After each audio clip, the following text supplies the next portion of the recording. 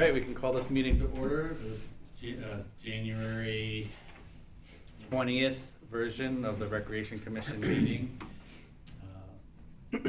Present tonight is myself, Sean Johnson, Joanne Blessing, Matthew Frazier, Will Litvin, John Hanson, Rex Eberly, Terry Murphy, and Linka Kapik.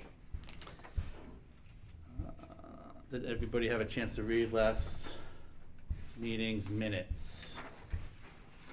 I did. I will make a motion to approve. Motion by John to I'll approve. second that. Seconded by Joanne. Any discussion? Hearing none. All in favor? Aye. Aye. All opposed? Crickets. So moved.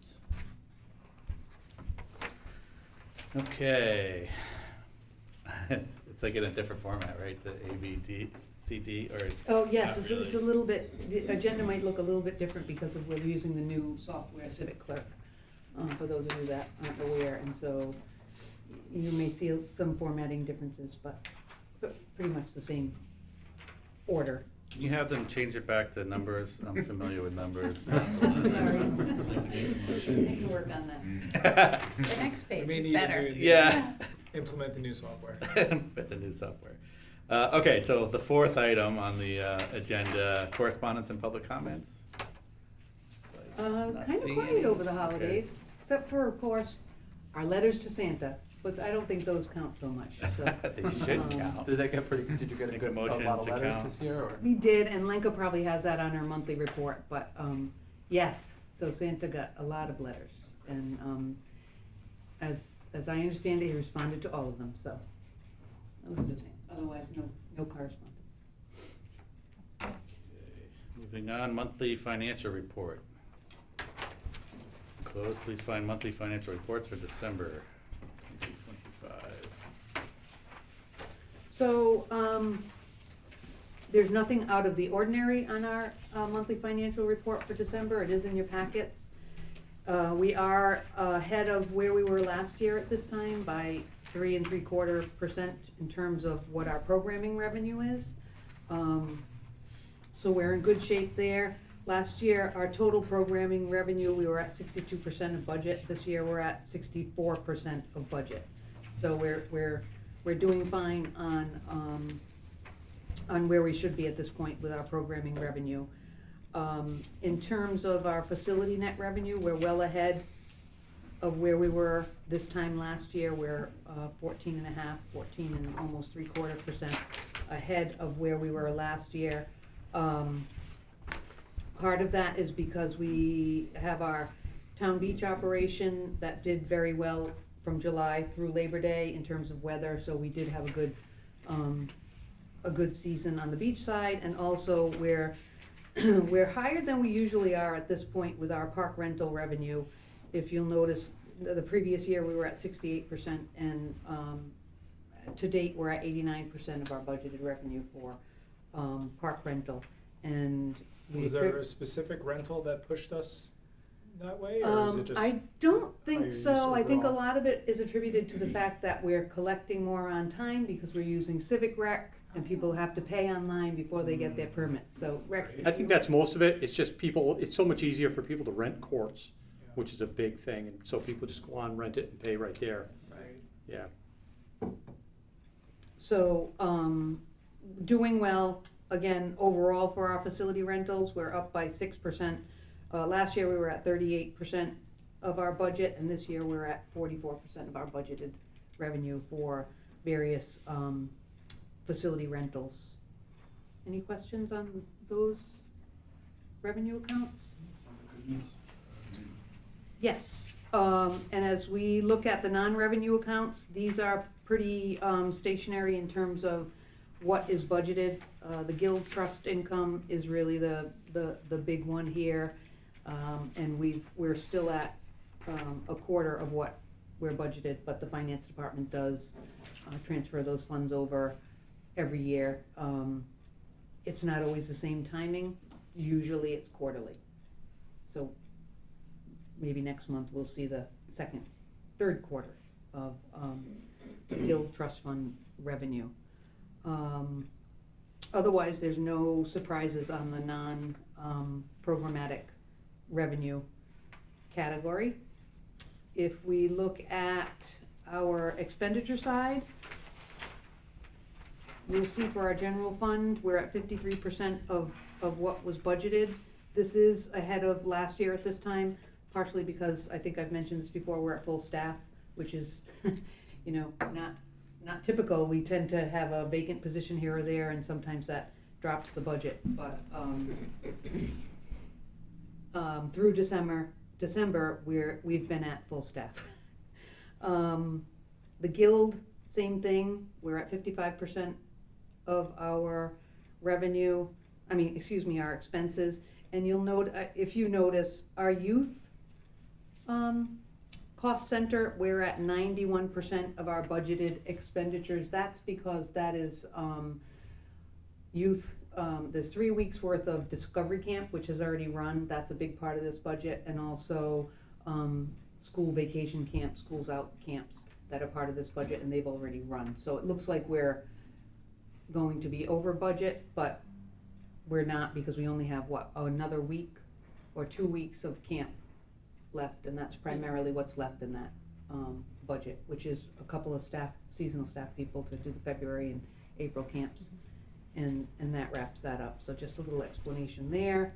Peacedale office building budget, we're at 46% of our expenditures. That's right where we should be.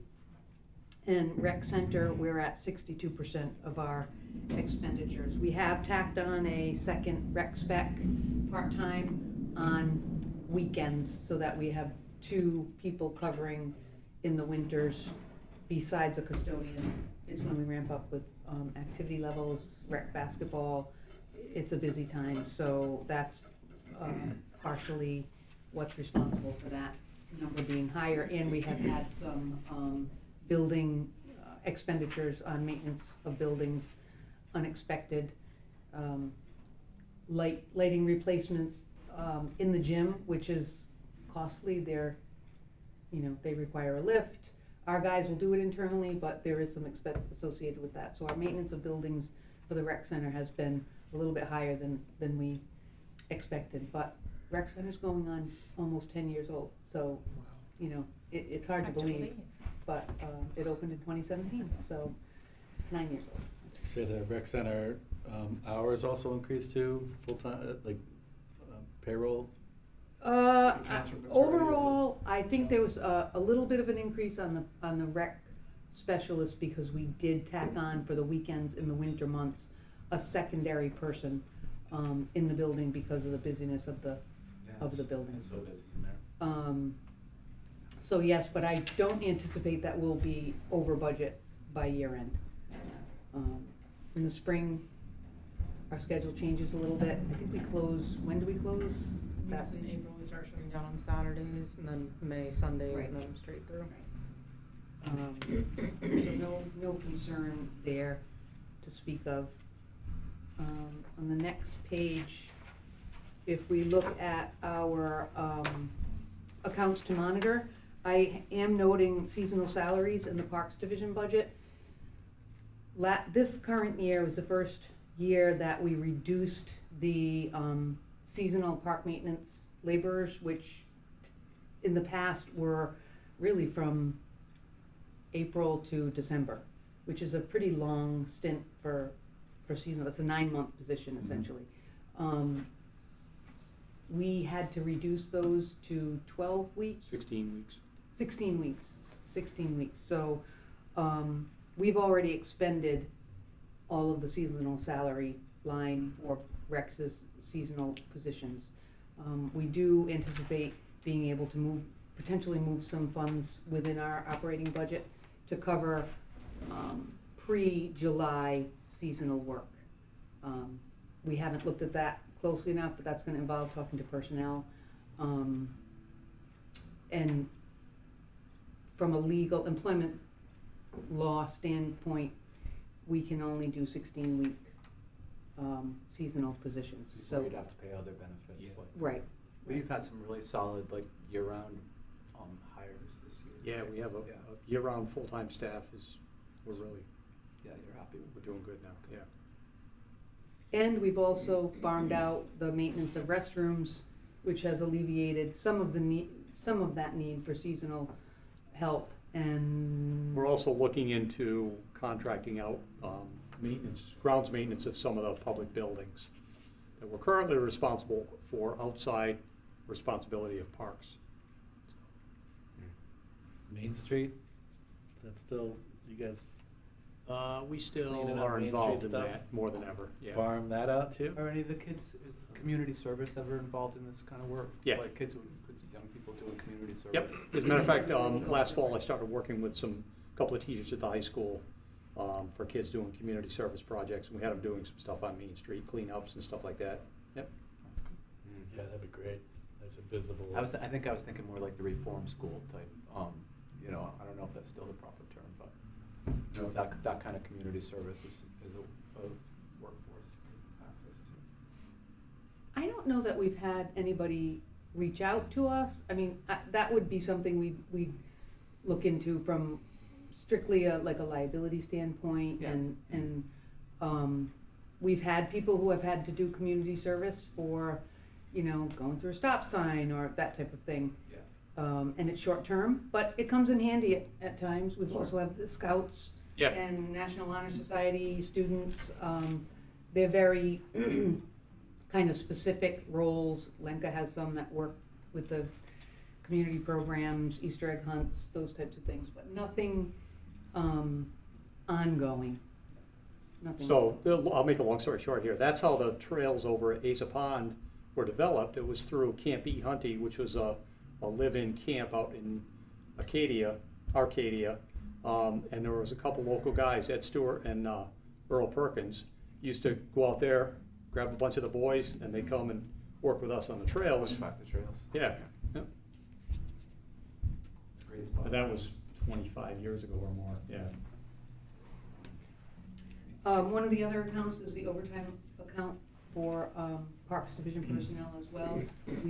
This year, we did pull Parks maintenance personnel in for a number of different reasons. Cemetery maintenance was one of them, out at Queens River. Some of the other things, fall cleanup. Yeah, beach grooming, that's always weekend work, overtime work. But yeah, a big thing was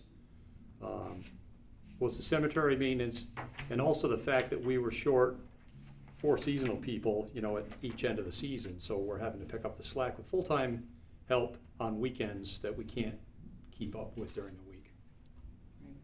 So we are looking at expending the parks overtime budget. That's being addressed in next year's budget, in recognition of the fact that if we can't, one way or another, there's gonna need to be something paid out to cover what we might be losing in a longer-term seasonal employees. And that could be overtime, where that fills the gap.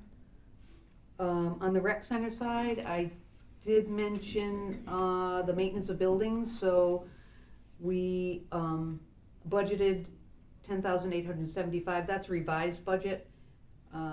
We've spent 2/3 of it, so we're keeping an eye on that. And then computer software maintenance, $2,420.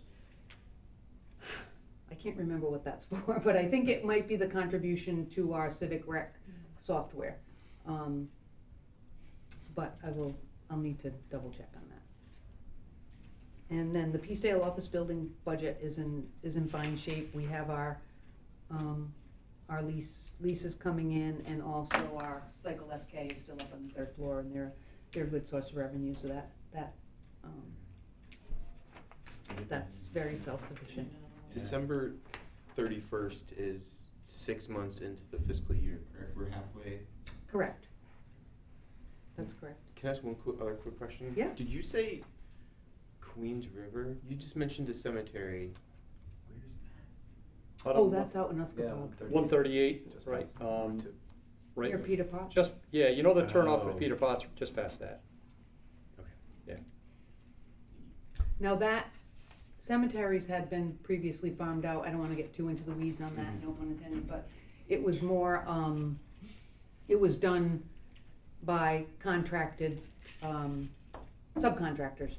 And this particular cemetery is difficult in terms of the brush and the growth and the size of it. And so that one, we do not have a contractor for, so our parks guys come in and do it. They've done it twice this year, right? Didn't we have someone that was like Grant, that had been doing it or something for a while? I seem to remember from an older meeting that. there was- Some of the, all the other cemeteries, I think five of them are done by one contractor, including Oakdale over here, and the other ones are just small, once or twice a year they get done.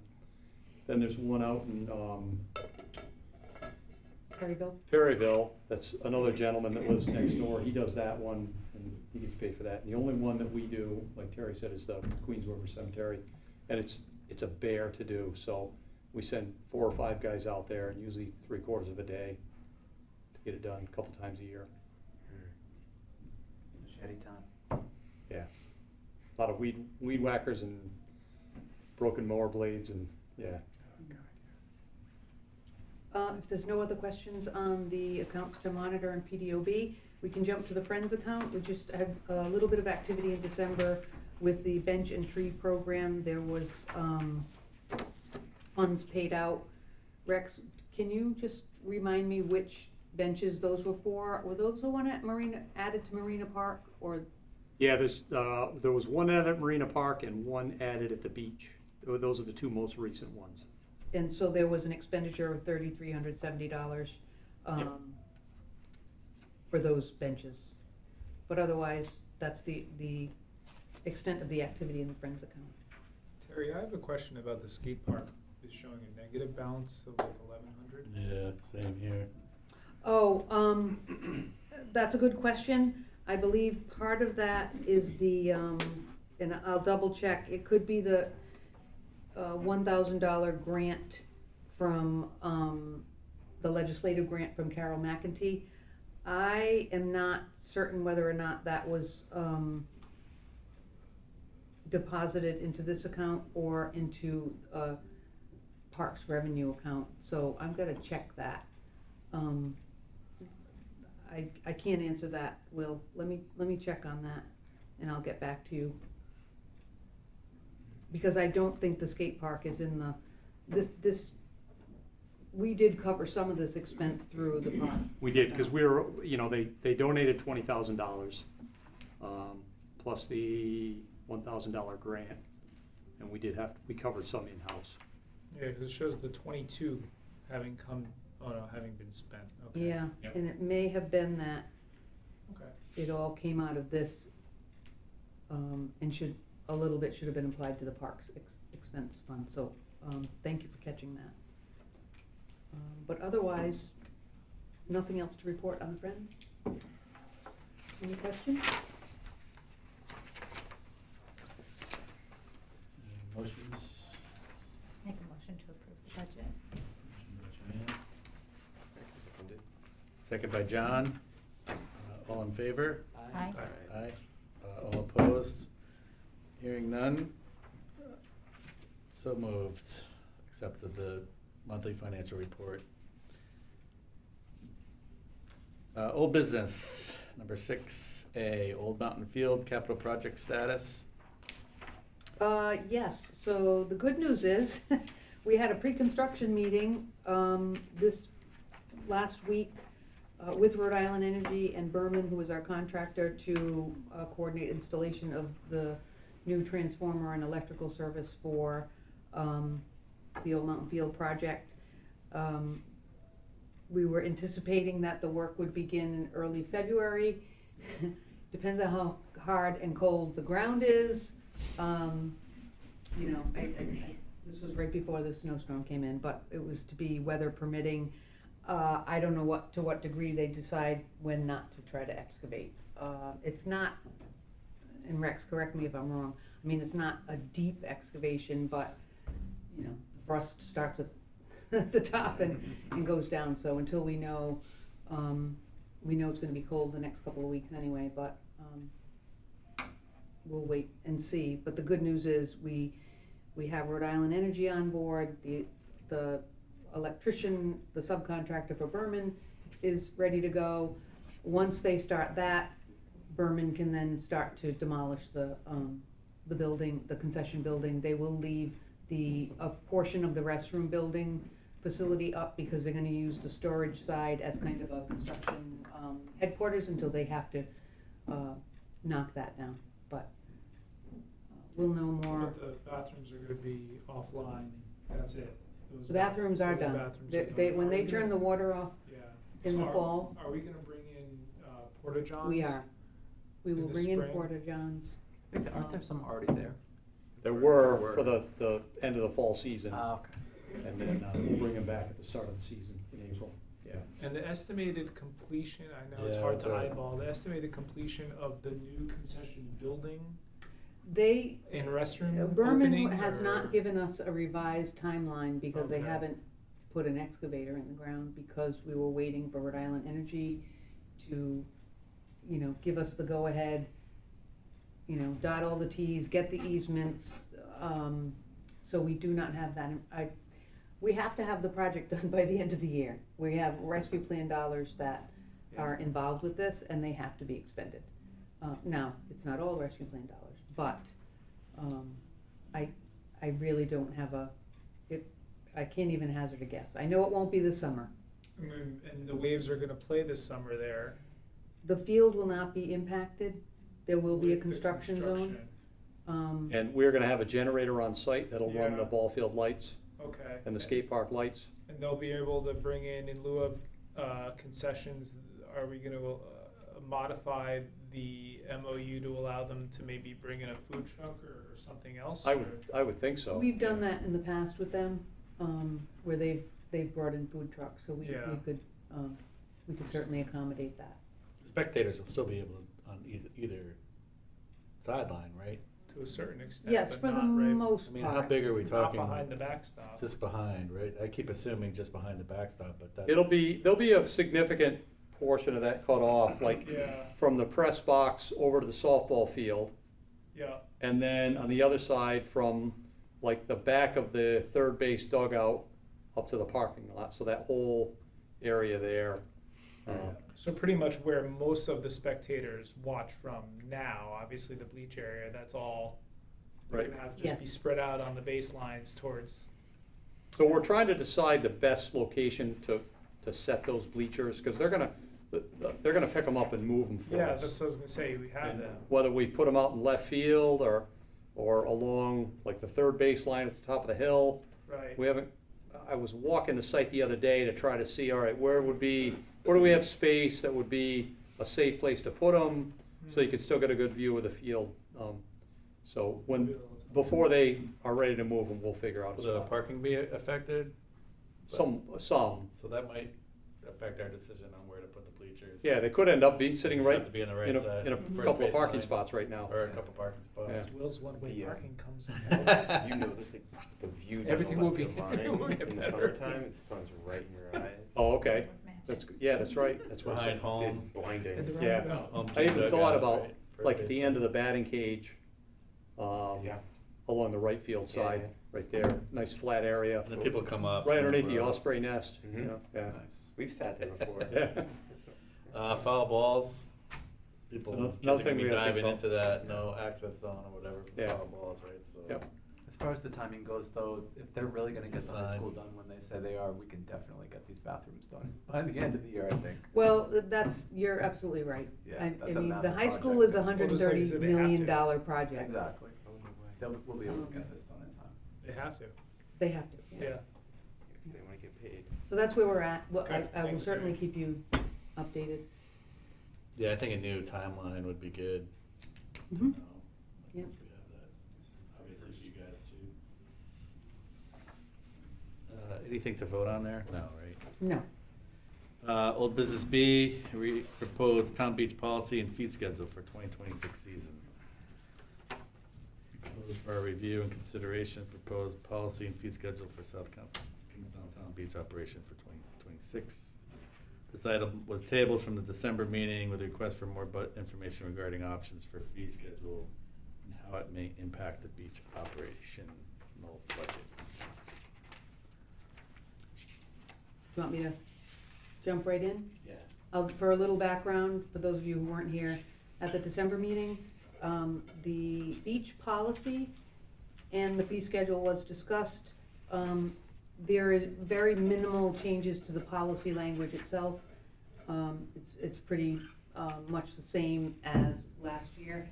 In terms of the fee schedule, the proposal was for some increases, and this is partly due to the 7% tax we will need to be paying per the Rhode Island legislature.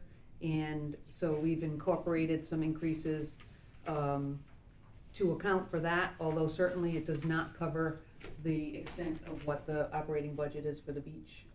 We'll still be relying on tax support to cover the beach operating budget, which has been the case for the last couple of years by virtue of the cost of mainly personnel. Just for us to have a beach staff, you all know we've had to increase hourly wages to compete with other communities. It's a huge amount, the staff. But that being said, I've provided a number of different handouts to you that I'd like to go through, but first, to go back, I'd like to just indicate where the proposed increases are.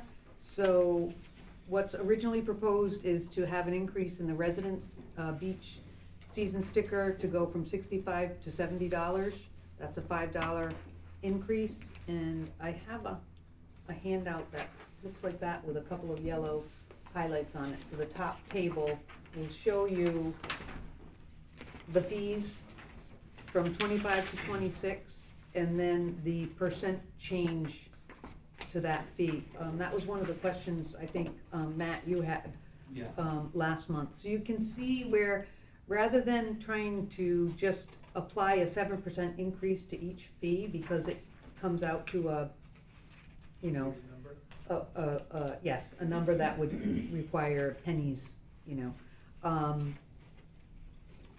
You can see where we obviously did round numbers. So the resident beach sticker would go from $65 to $70. The non-resident season pass would go up by $10. Both of those would be increased 7.7%. The senior resident pass would go up by $5. That's a 10% increase. Elderly abatement, which is based on income eligibility, that would go from $25 to $27 for the season, and that reflects an 8% increase. As you know, we do not charge for 100% disabled veterans or Narragansett tribal members. And the other thing that I don't think I have on here is folks who qualify for housing are also eligible if they're on the SNAP program. I'm sorry, Terry, what is elderly abatement? If it's not seniors? That is seniors, but they have to be income eligible. So it's folks who also are eligible for property tax abatement. And if they are eligible for that, they're eligible for this reduced, Okay, pretty much half off. reduced fee, right? And the changes in the yellow are the changes from the proposed, from the December meeting? I'll get to that in a second, but yes, so if we just finish so for day passes, we're proposing a $2 increase for residents on both the weekdays and weekends, so it would go from $10 to $12 on weekdays and $15 to $17 on weekends. And non-residents, it would go from $20 to $23. That's a $3 increase, and then $25 to $28 on weekends, which is another $3 increase for non-resident day passes. Transferable passes for residents would go up by $20 from $215 to $235. They get 2 transferable passes for that that cost. And then for the non-resident transferable pass, it's a quantity of 1. It's going from $250 to $270, which is a $20 increase. We really don't sell, I think we sold, did we sell any? Maybe One. We might have sold 1 non-resident transferable pass. Really? That's crazy. I would have thought Airbnb owners Other would like rentals. sell those with their. But if they're an Airbnb owner, then they're a taxpayer and they could just obtain a resident transfer. Correct, that's pass. correct. True. Yeah, so Yeah. anybody that owns a rental would be eligible for the resident rate. And lockers, we would proposing to go up by $10. So that's the proposed, and just so you understand, and there's a frame of reference, this does not cover the entirety of the operating costs for the town beach.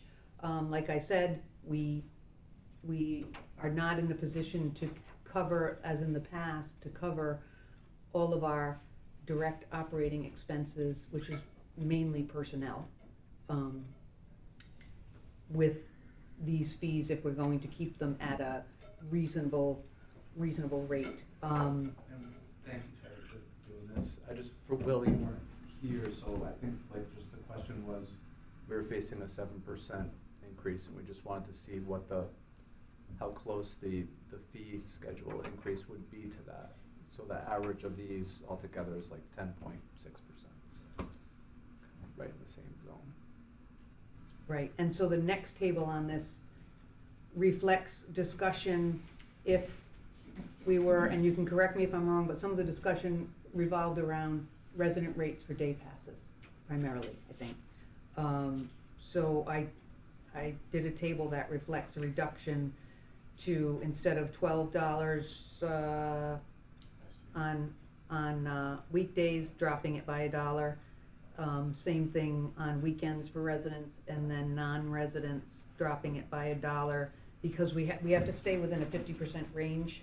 We can't charge non-residents more than 50% higher than a resident, because we took land and water conservation funds for the beach, which is federal, and that's a federal guideline.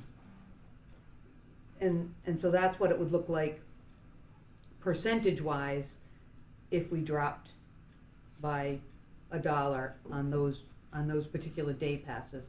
The other thing that was brought up was, well, what's the breakout of residents versus non-residents for how we sell day passes? And the gray box below will show you it's pretty much a 70-30 split. 70% of the day passes are sold to non-residents. 30%, these are actual numbers from summer 2025 that Lenka provided, so you can see that, we get people who are coming from wherever and wanting to hit the beach. So you have a little bit of a frame of reference for how the majority of our day passes are sold. In addition to that, what else do I have here? I provided you a budget that has the blue on the top. There's a couple of versions here. What this is this is the actual town beach operating, just the beach. This doesn't have the, like the beach programming here, but the one in blue, that has the blue highlights, is what was proposed.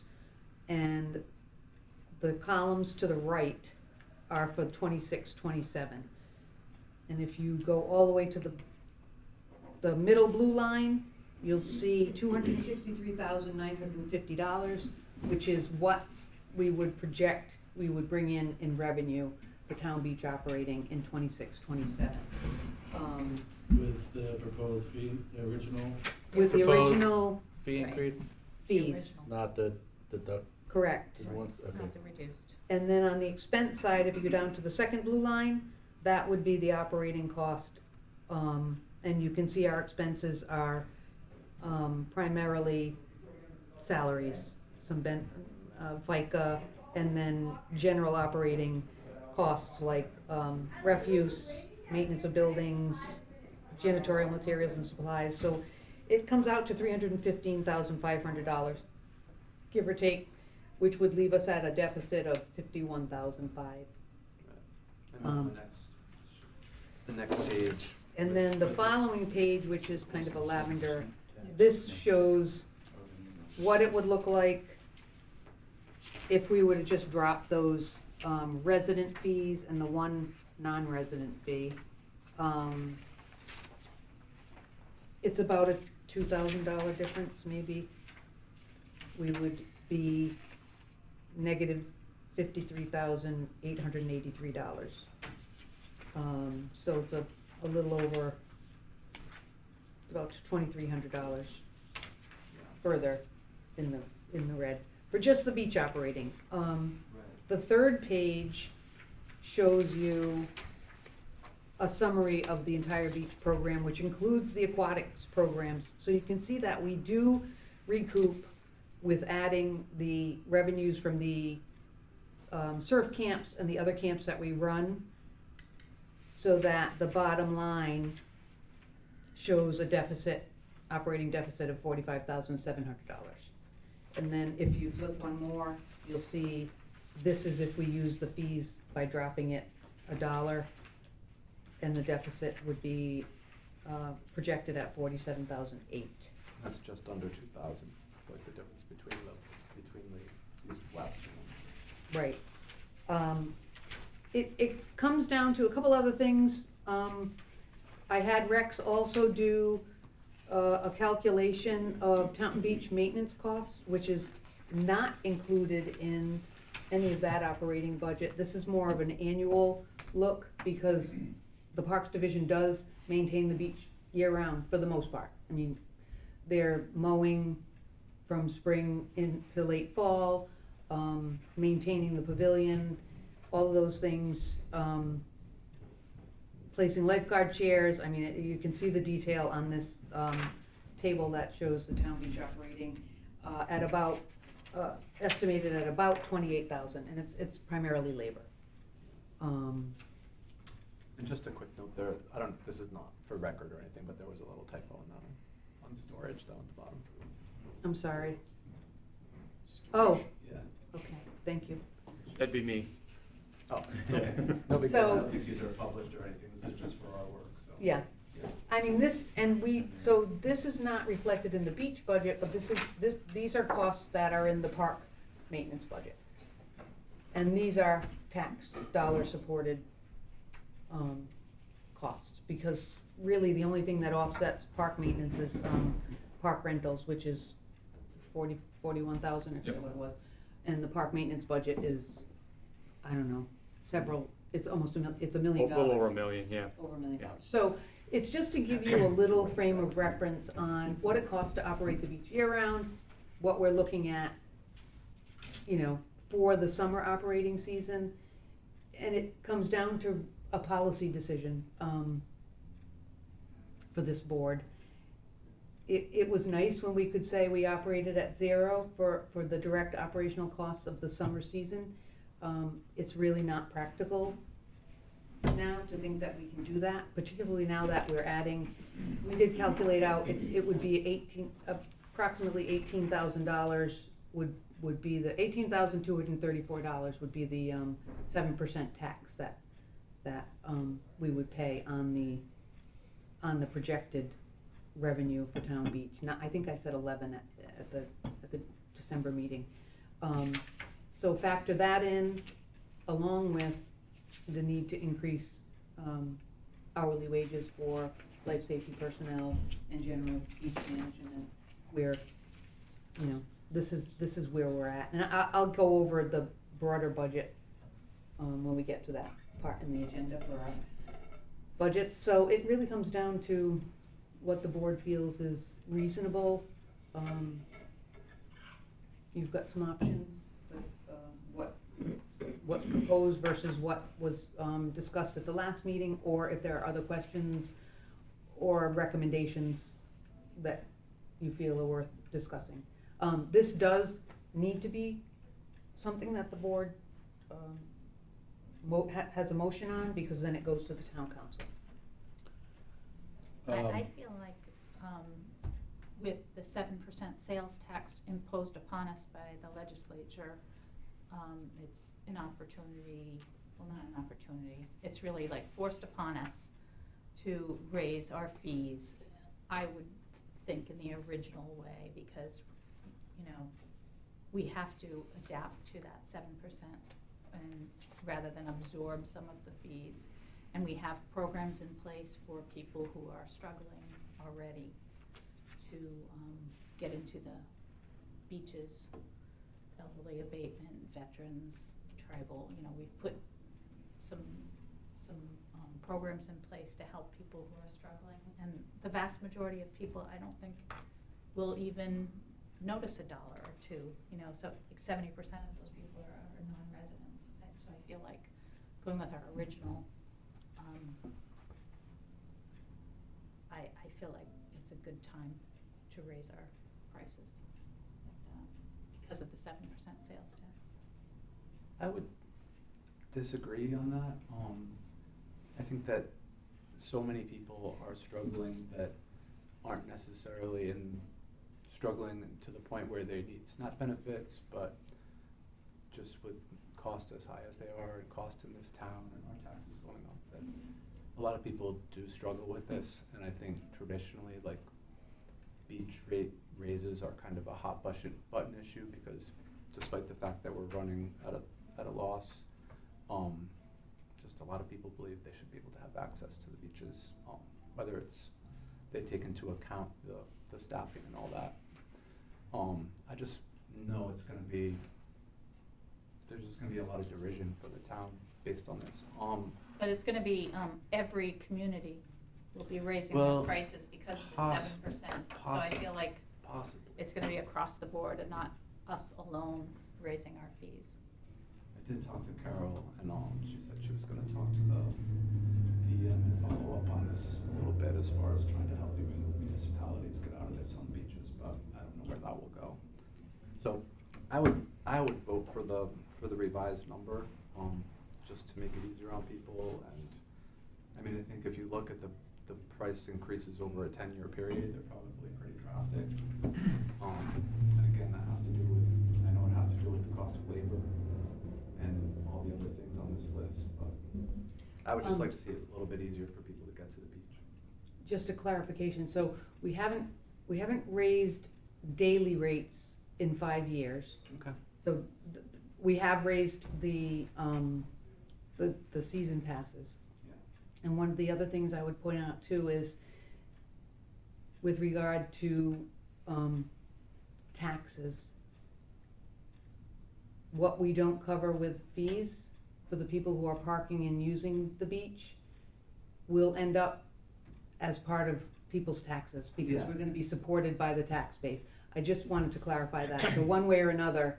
I mean, the money's gotta come from somewhere. And right? that's, We're and like operating I at said, a that is negative. definitely a policy decision for this group too. Are we at Right. the, It's $1 versus $2, it's not a lot. are we, the difference between resident versus non-resident, are we at that threshold already? Yeah.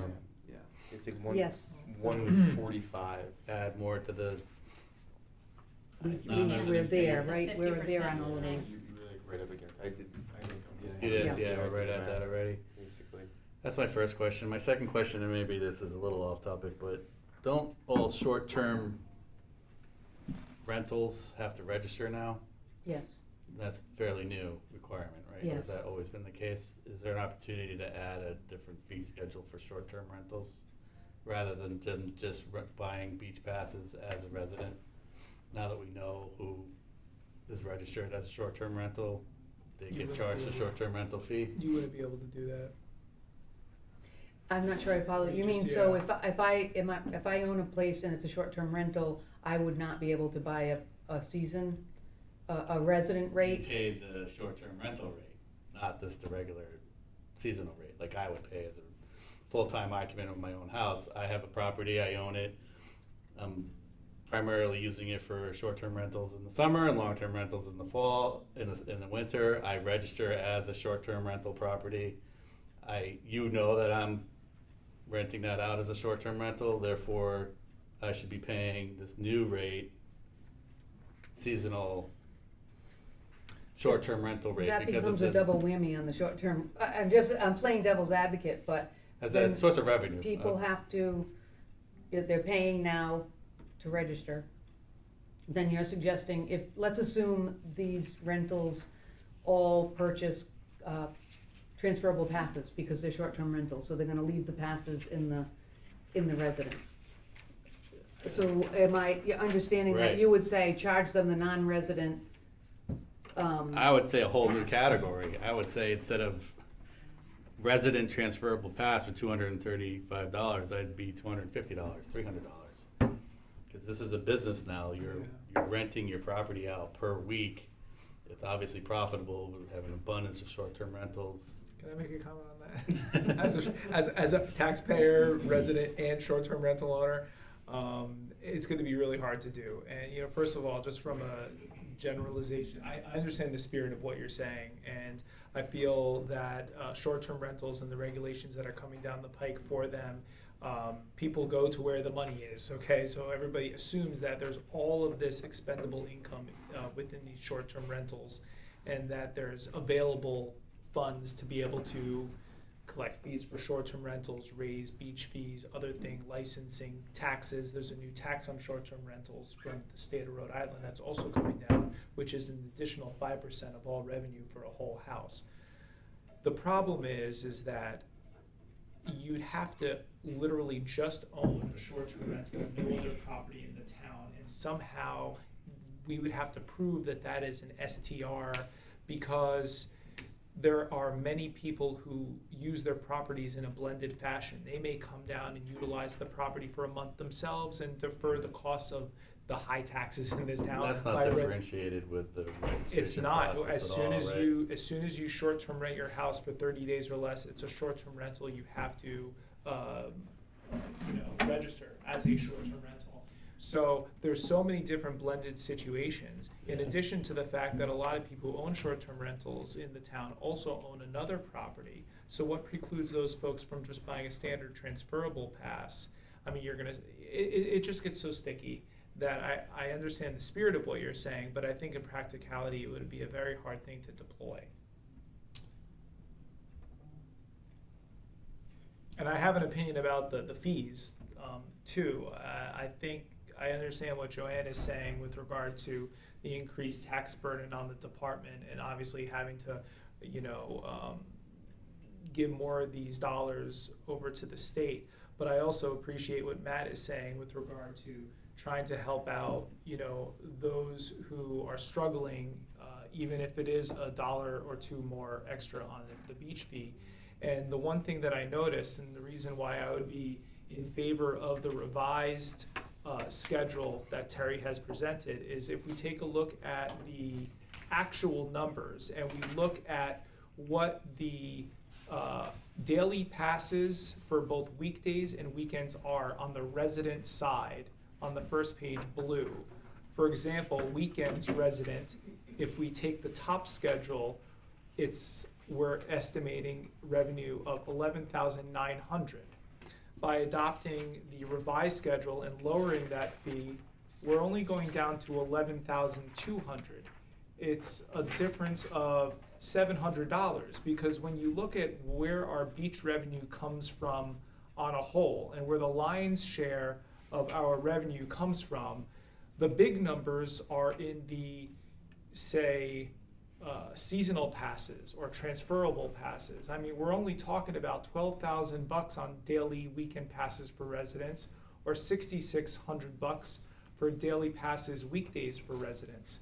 So if we can do something nice for the residents and not have to raise those fees, knowing that it really represents a minor portion of the revenue that comes into the beach, I recommend that we stay with as minimal of an increase as possible in that department. I understand that we have to stay within, 100 or 50%? 50% of the non-resident. Of the non-resident. I mean, ideally, I would love to keep the resident weekdays at 10 and the resident weekends at 15, but that screws up what we're trying to do with the non-residents, because if you see, the proposed is residents weekdays 11, non-residents 22. That's the max. Right now, we have resident weekends potentially at 16. Technically, we could keep it 15 if we wanted to, because the non-resident weekend is 28. If we wanted to. Good, yeah. Can you say it again, Will? Okay, so Just that last part. I'm sorry. We cannot charge non-residents more than double we charge the residents Yeah. for the daily passes. Yep. Right now, Oh, you A can keep resident it at daily pass 15. is 10, and Yeah, a yeah. non-resident weekday is 20. I see it. So that's the max that we could do, guys. We're charging the non-residents double. Yeah. Right now, the resident weekend pass is 15, yet the non-resident weekend pass is 25. Technically, that number can go up to $30 if we wanted to. Okay? So if we just go up to 11 on the resident weekdays, which I'm fine with, and the weekend 16, which I'm also fine with. In fact, my comment was we could probably just keep it 15 if we wanted to, right?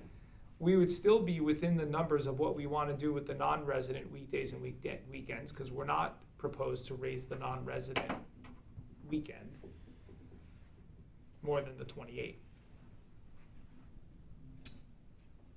So I'm totally okay with it. I would like to see as minimal of an increase on the resident weekday and weekend passes as possible. So residents and weekend. Can you bump up the non-resident weekends to 30? I don't think so. You could. Can we put that We in could. as our adjustment? Is that, you think that's gonna, The hard part is we have to 32? factor in Moonstone as well, and the credit card fee that's applied there. I mean, we're already raising Yeah. it $3. I would We say have let's to just keep remember it that what it too. is, but let's not raise the residents too much, guys. It's not such a significant portion of our beach revenue that it's not gonna break the bank by giving the residents And it's as still- much of a break as possible, while It's also still even- accommodating forward. Even if we did raise the residents and took the revised, it's still, the average is still 8.6% higher than what we were charging before, so that covers the 7%. but that, but pretty much, and whatever this board wants to do is fine. It just doesn't, it does cover the 7%, but it doesn't cover the increases in personnel and, Some of the other Is it increases that we is it- haven't increased in 5 years. I don't want kids who work at the beaches to lose jobs, but obviously the staffing number is very high. We're using Civic Rec already at Moonstone. Do you foresee in the future that there'll be somewhat less staffing? Obviously, we need all the safety staffing, but I work at Narragansett, a different story, but they have so much labor there that's unnecessary. They'll have 4 or 5 people like at one of the booths. You know, it's just. yeah, I don't can't think it's say- that. I don't think yeah. it's that way, but I just wonder down the road Right. if that number will go I down. don't think it's that way. We do what we can to keep the gate staffing lean, Mm, especially on weekdays, and then it's ramped up obviously on weekends. obviously, yeah. We also take the weather into account, and we will send people home if we Right. find, so I mean, the lifeguarding I'd like to alone, believe we're pretty lifeguards alone. cognizant of, watching the overall payroll budget, but I understand what you're saying. Yes, at some point, we would love to go cashless and Right. just use Park Mobile, Hmm, but We're not there yet. we are not there yet, and I think we would get some Pushback. pushback on people who just have no idea how to scan a QR code. Yeah, exactly. We actually So, have It's hard for we older reduced staff people over the who years. wanna go to the beach. We used to have a full-time maintenance person on staff, and we used to have nighttime security. We've eliminated those 2 positions. right, so, Not Terry, We I do not have the under- income like a Yeah. Narragansett Beach has. I mean, that's a really big operation It's a with a different lot thing. of cushion. yeah. And I understand what you're saying, that by adopting the revised and the outline yellow doesn't bring us to the percentage increase of what the beach Oh, yeah, even without the 7% Right, tax, we're gonna. exactly. operate at. But again, I'm urging us to consider this because it is a minor portion of the overall revenue of the beach. We're not talking about, a ton of money here. Mhm. The bulk of our revenue comes from the seasonal and transferable passes, not from resident daily, weekday and weekend Mhm. parking sales. And that is the number that you're gonna see the most publicity on. And that's the number we're gonna see the most publicity on. That's the number that I wanna minimize per what Matt's saying as much as we can, knowing that, it can make a difference to the folks who I'd may rather not. do it now, while we have the 7% sales tax that is being imposed upon us. We haven't done it in 5 years. But we still would do an increase. It still is an increase. It is an increase. It's an It increase of is 10% on the But resident why, weekly. are we gonna have to raise it again in a year or two, and that'll all be on us? Like, right now, it's sort of prompted by the 7% sales tax. We have to make a raise, why not make it a raise like we should have made probably last year or the year before? And recapture, I mean, it's really Just- not a huge significant amount of money, but I just think we're already trailing behind in income. What do you think about, and I mean, I think we could consider if we wanted to double, if we wanted to put non-resident weekends up at 30, that would offset some of the loss It would. from dropping the seasonal. Yeah, I like I that don't idea. think Well, part of it- that's gonna be a big. It would, People paid, guy, they just paid. the Yes. non-resident, They're from New York, and I hate to say it. $33 to $34. guys, if we look at the numbers, non-resident, I'm just rough numbers here, for daily passes, both weekdays and weekends, right? Non-resident, the combined weekends and weekdays is 47 plus, about $75,000. Oh, you're looking at the budget. I'm just looking at the budget, Yep. right? That's, as it stands right now, the combined resident weekends and weekdays is about $18,000. Mhm. Okay? It is not even a third. I'm concerned with what Lenka says, if we increase the, and I don't know the answer to this, if we increase a non-resident weekend parking pass to $30, how do you feel that that would affect the revenue that we have received in the past and could expect in the future? I think it's aggressive. Okay. I have to look at what, I don't have the numbers in front of me, but to look at what other beaches are charging for non-residents, because we are on the coastline with a lot of other beaches. And how do you feel about $28 as opposed to 25? I mean, either way, I'm not a beach person, so it's hard for me to gauge it, to think of it that way. A big chunk of this is weather dependent. And, you know, I put these numbers together keeping in mind what a small town beach has to offer. So that's why I did minimal as possible going across the board. Because remember, we're already proposing a 12% increase on non-resident weekends and a 10% increase on non-resident weekdays. So I agree, I don't think we should go to $30 either.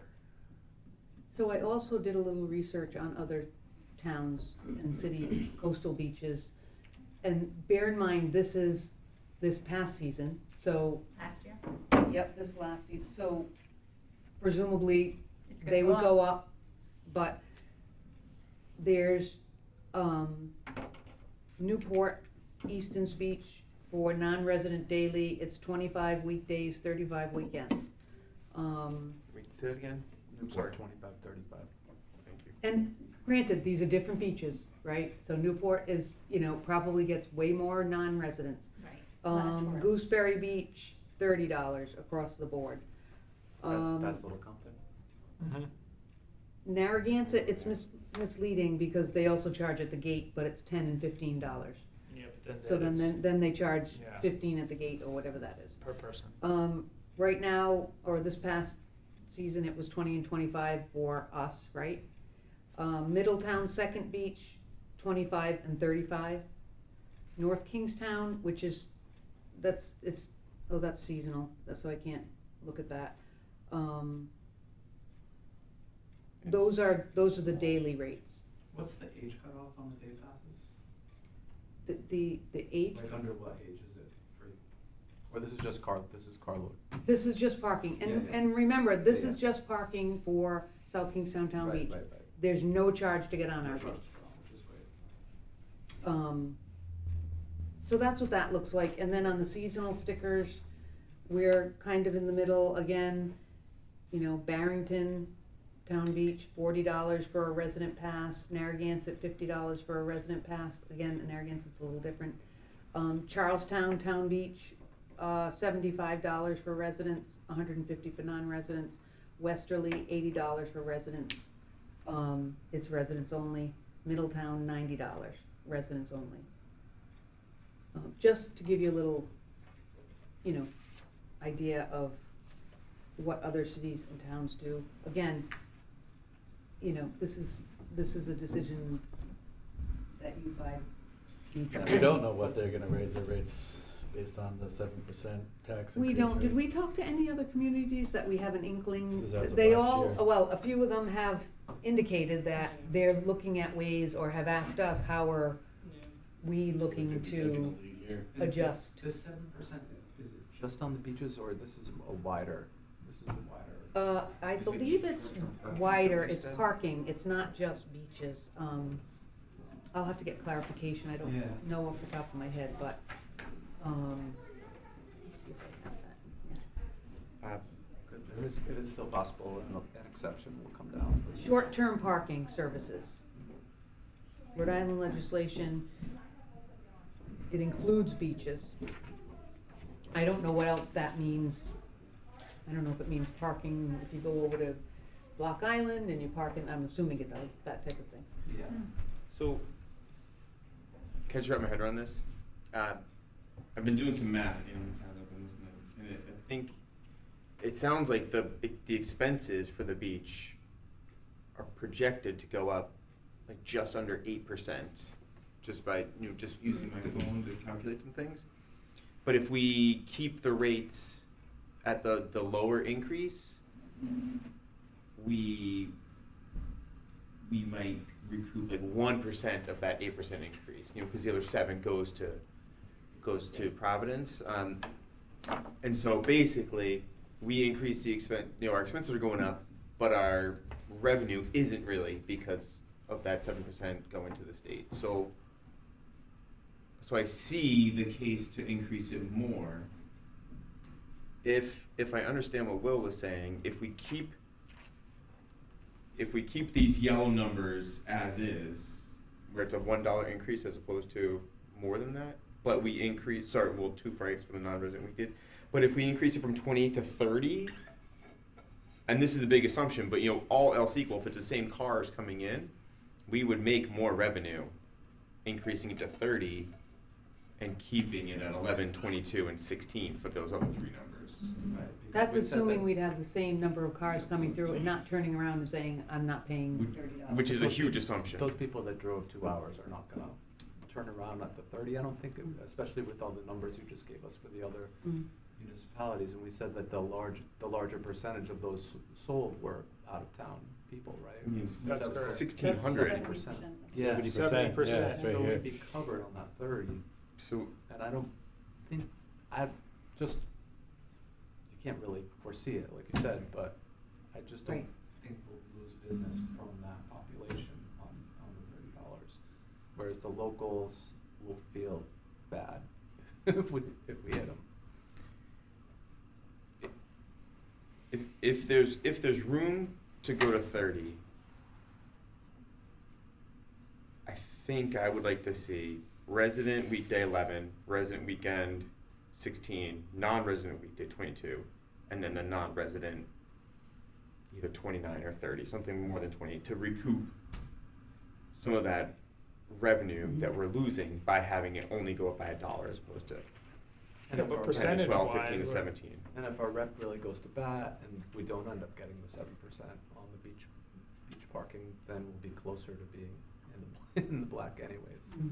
I think we're still 53,000 in the I think hole. we're Just at counting 40. Yeah. Well, the that's tax not base. gonna change. 49. Well, And What yeah. Terry's saying is that's So- not gonna change regardless. 47. I mean, we're talking about the resident rates, which again is only 30% of the, weekday and weekend numbers. The resident rates are tied to the non-resident rates now. It, They're married. They're married By somewhere. 50%. That's right. So if we wanna. Each is affected. It is, however, we're already at 15 with the resident weekend rate. So technically, we could go up to 30 now without even raising the resident weekend rate, is what I'm saying. I would keep it at 15. Yeah, I mean, I'm saying you could, but the proposal that Terry has is a 12% increase on the non-resident weekend rate. That's the largest increase of any of our day passes. And what you guys are saying is, well, if we move it to 30, You know, we can do even better, and I don't disagree with you, but this isn't a balanced budget anyway, and we are gonna be covering the increased expense of the new tax anyway, plus 1%, as you said, in and around. Mm-hmm. So I would be more comfortable keeping the increases as Terry has proposed right here, 11, 16, 22, and 28. Or 11, 15, 22, 20. Well, yeah, that was just kind of. I think I'm at the revised 11, 16, 22, but increase to 30. Because the increase would offset some of the burden on the resident tax base that we're facing anyway. If my quick math was right, it's a difference of $900. 95, 794. Yeah, it's $900 exactly. I'm going from 28 to 30. Yeah. Compared to these four numbers and then these ones with 30. With the 30. But that increase, remember, is going to 70% of your consumer base. So it works out better, you know. Yeah, even if you turn around, it still might be hitting, more money, more revenue. And they'll still be cheaper than the other beaches, I if think. two of them turn I around, know, and that's right? $60, and you're talking about, $2, Well, here, we can figure this out. we're trying to, again, we're trying to keep the beach as affordable as possible for everybody while still trying to take care of ourselves with whatever increases we need to make. Mhm. As Terry mentioned, this is not a level funded venture. We're gonna need money from the town to run this beach moving forward in perpetuity. It's not reasonable to expect that the revenue from the beach is ever gonna cover our beach expenses moving forward. Agreed. So, I mean, What are we talking about here? yeah, I personally think it will. I think it's gonna go to just QR code, straight from your bank account in, and let staff. and then we can recalculate at that time. I mean, if everybody's. We'll know pretty quickly if we have, people turning around and, although, I understand the desire, and I agree with it, that you wanna obviously defer to our own residents to be able to enjoy the town beach. The last few years, weekends, we've had some busy weekends where the parking lots have filled. 4th of July weekend, other really nice weather weekends. So if it's not a holiday or a long weekend, you could still sell out if the weather is good. On a weekend day? Oh, sure. Yeah. And we still have the issue with lifeguards. Summer after summer of the past few years, that expense is Yeah. still a real expense. It's going up. So, with what we're discussing with QR codes versus staff, the lifeguard thing is real. Like, that's going to be an ever rising expense to attract the lifeguards we need to keep the beach open.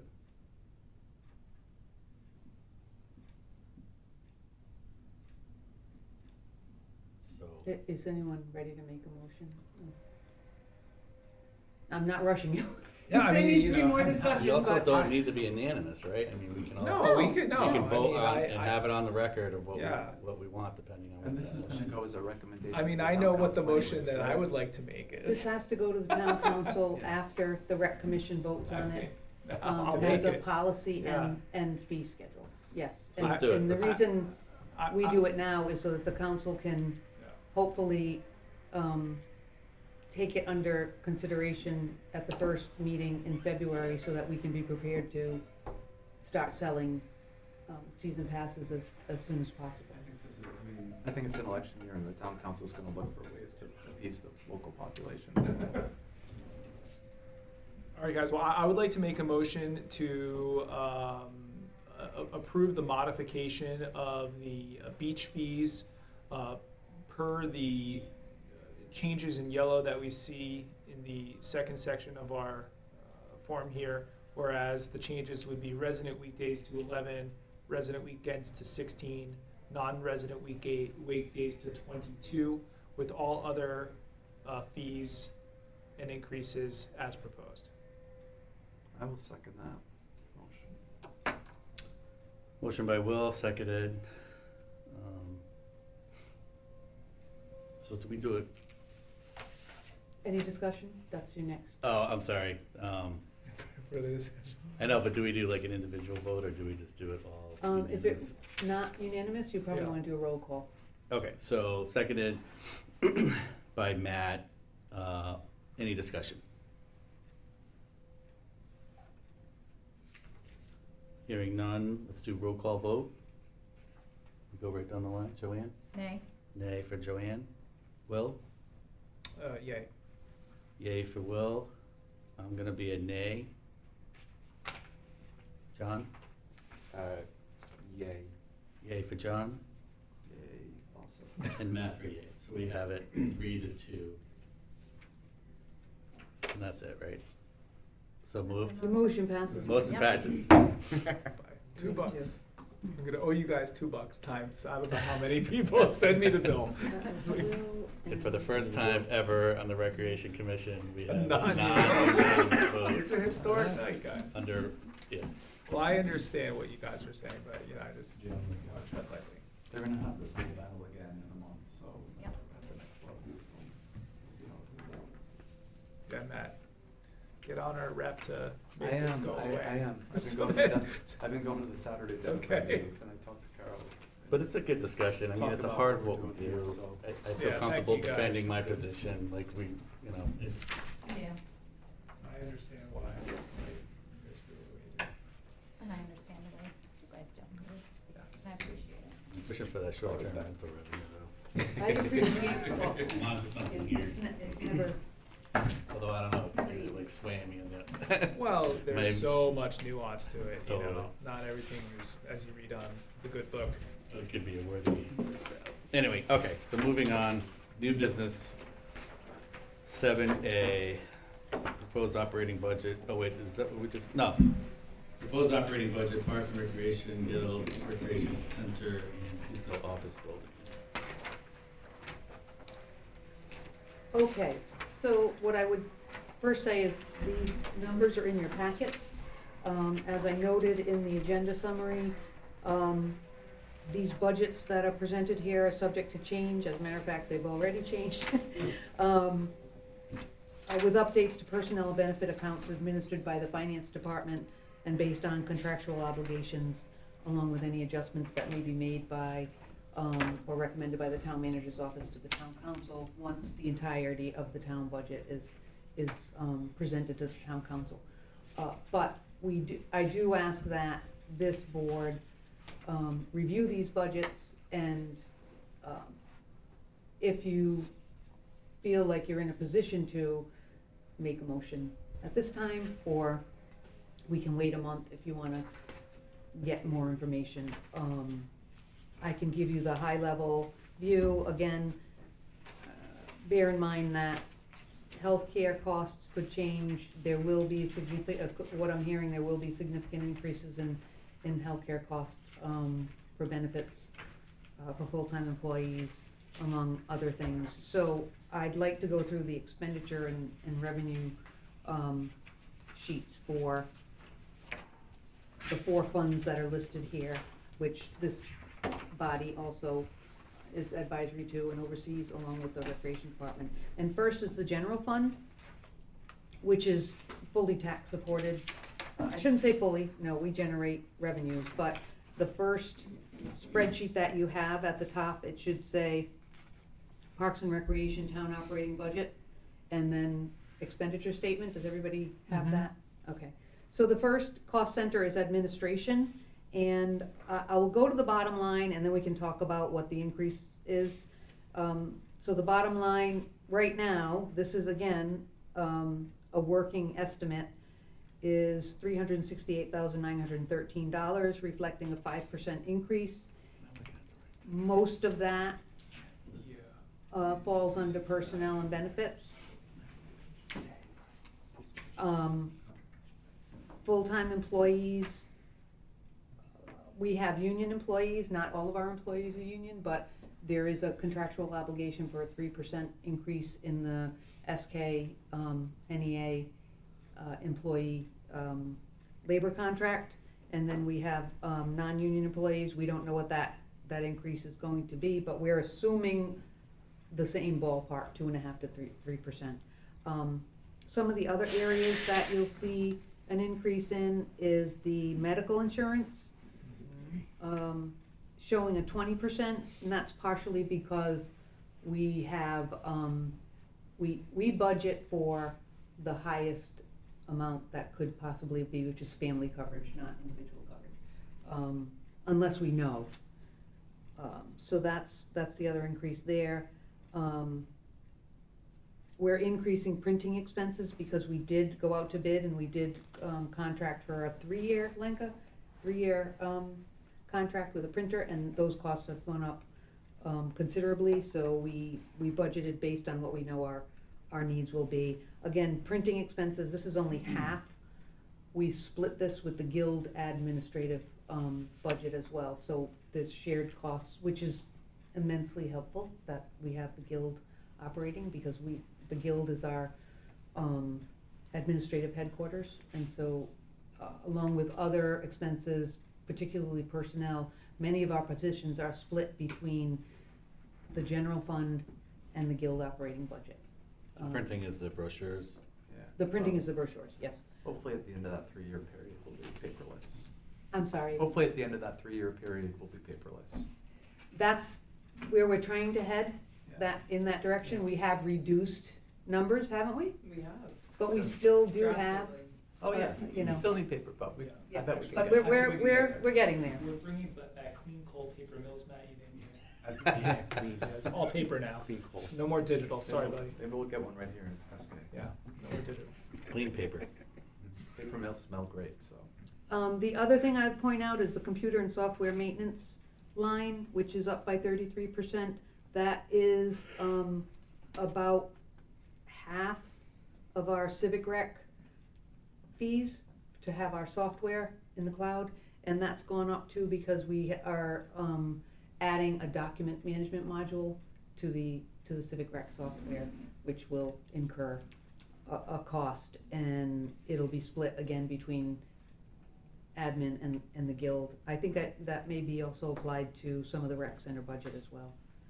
But otherwise, really, there's not a lot of changes here besides what is contractual or by bid contract. And if there's no questions, we'll move on to park maintenance. You'll see here at the bottom line, for park maintenance, which is in blue, is $1,365,085. That's an 8.5% increase. If we go up to the full-time employee line, you'll see a 5.5% increase. That not only includes contractual obligation of a fixed annual increase, that they're under a 3-year contract. And I think that's at 3%, it could be 2.5%.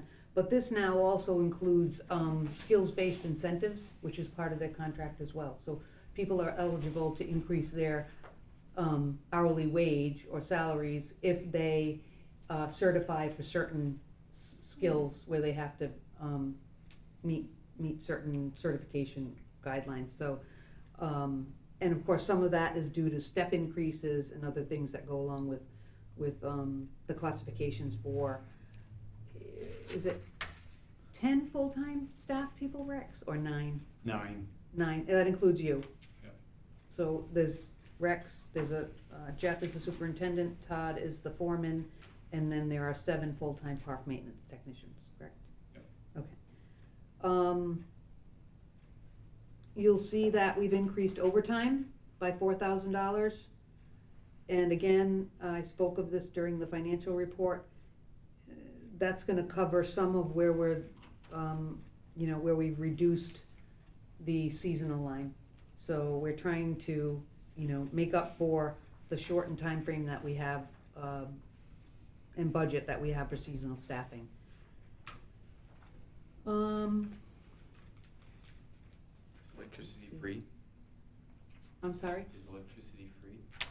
Electricity is not free, but that's a good question. Utilities now fall under the facilities budget, so we have a facilities department, and those costs all lie with the facilities department. So for any, For the town, or are you talking about? Yeah. for the town, Leisure. so Gotcha. townwide facilities handles that, with the exception of water. We still budget for water that is used for irrigation in the parks and athletics fields. Otherwise, wastewater, electricity, natural gas, that all falls under the facilities budget. It's still there, it's just not in our budget. And everything else is pretty much, and Rex, correct me if I'm wrong, standard expenses with anticipation of things, costs increasing. If there's anything that stands out to you, The one big increase under professional services, I believe that's for a restroom cleaning service. oh, yeah. yes. 42,000. Yes, increasing. So again, that is offsetting the fact that we don't have as much in our seasonal line. So that, the parks budget is proposed to increase around 8.5%. This subtotal here is administration and parks. So we're reflecting a 7.7% increase. And then the next 1, 2, 3, 4 cost centers are all program related. We have the athletics fund, which is primarily all the outdoor athletic leagues. We have softball, we have pickleball, we have tennis. And so what you see here is that it's pretty much staying just about the same, with the exception of an increase in personnel.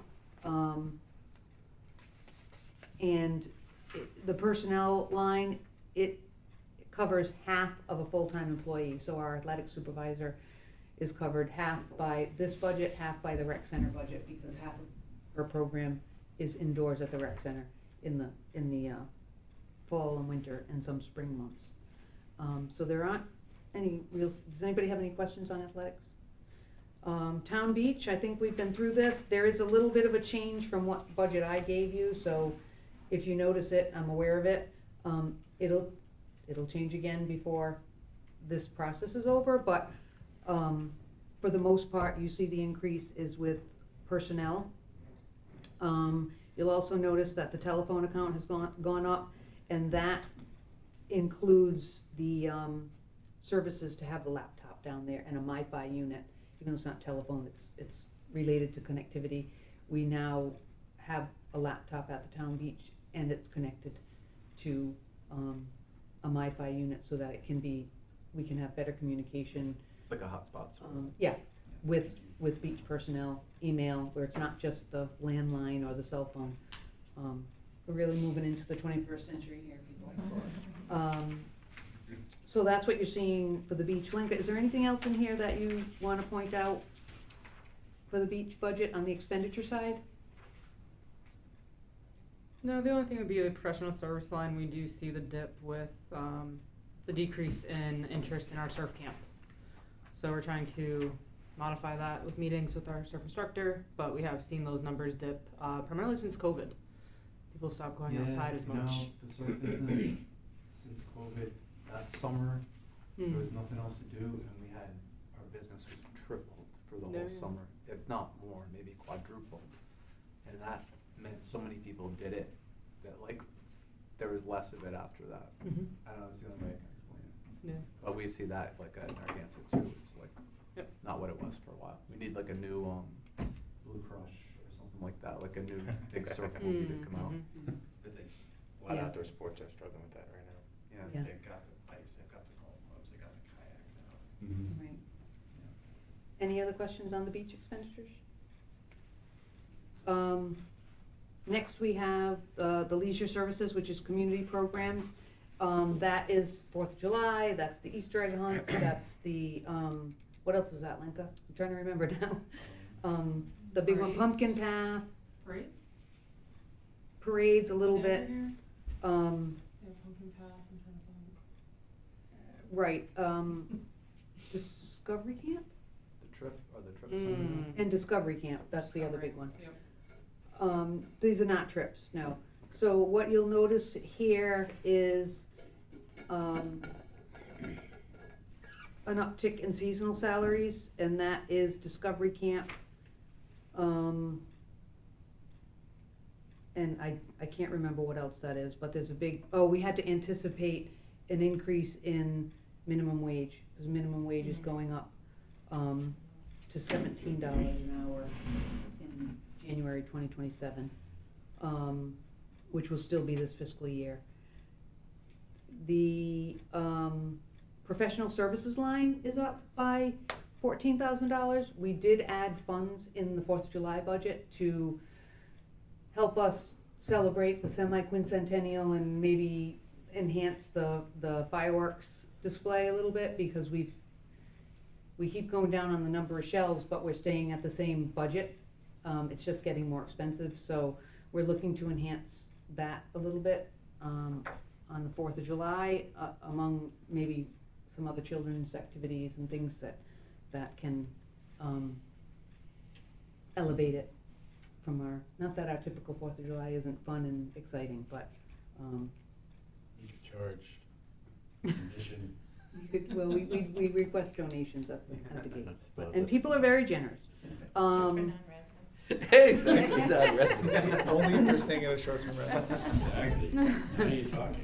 Maybe we should just put a gate in it, that, like on the town line, and just Gotta pay just. Right up by just to Shaw's. come in. Yes, Well, yes. Tower Hill Road there. And then also just rents, that has Non-resident increased. viewing area.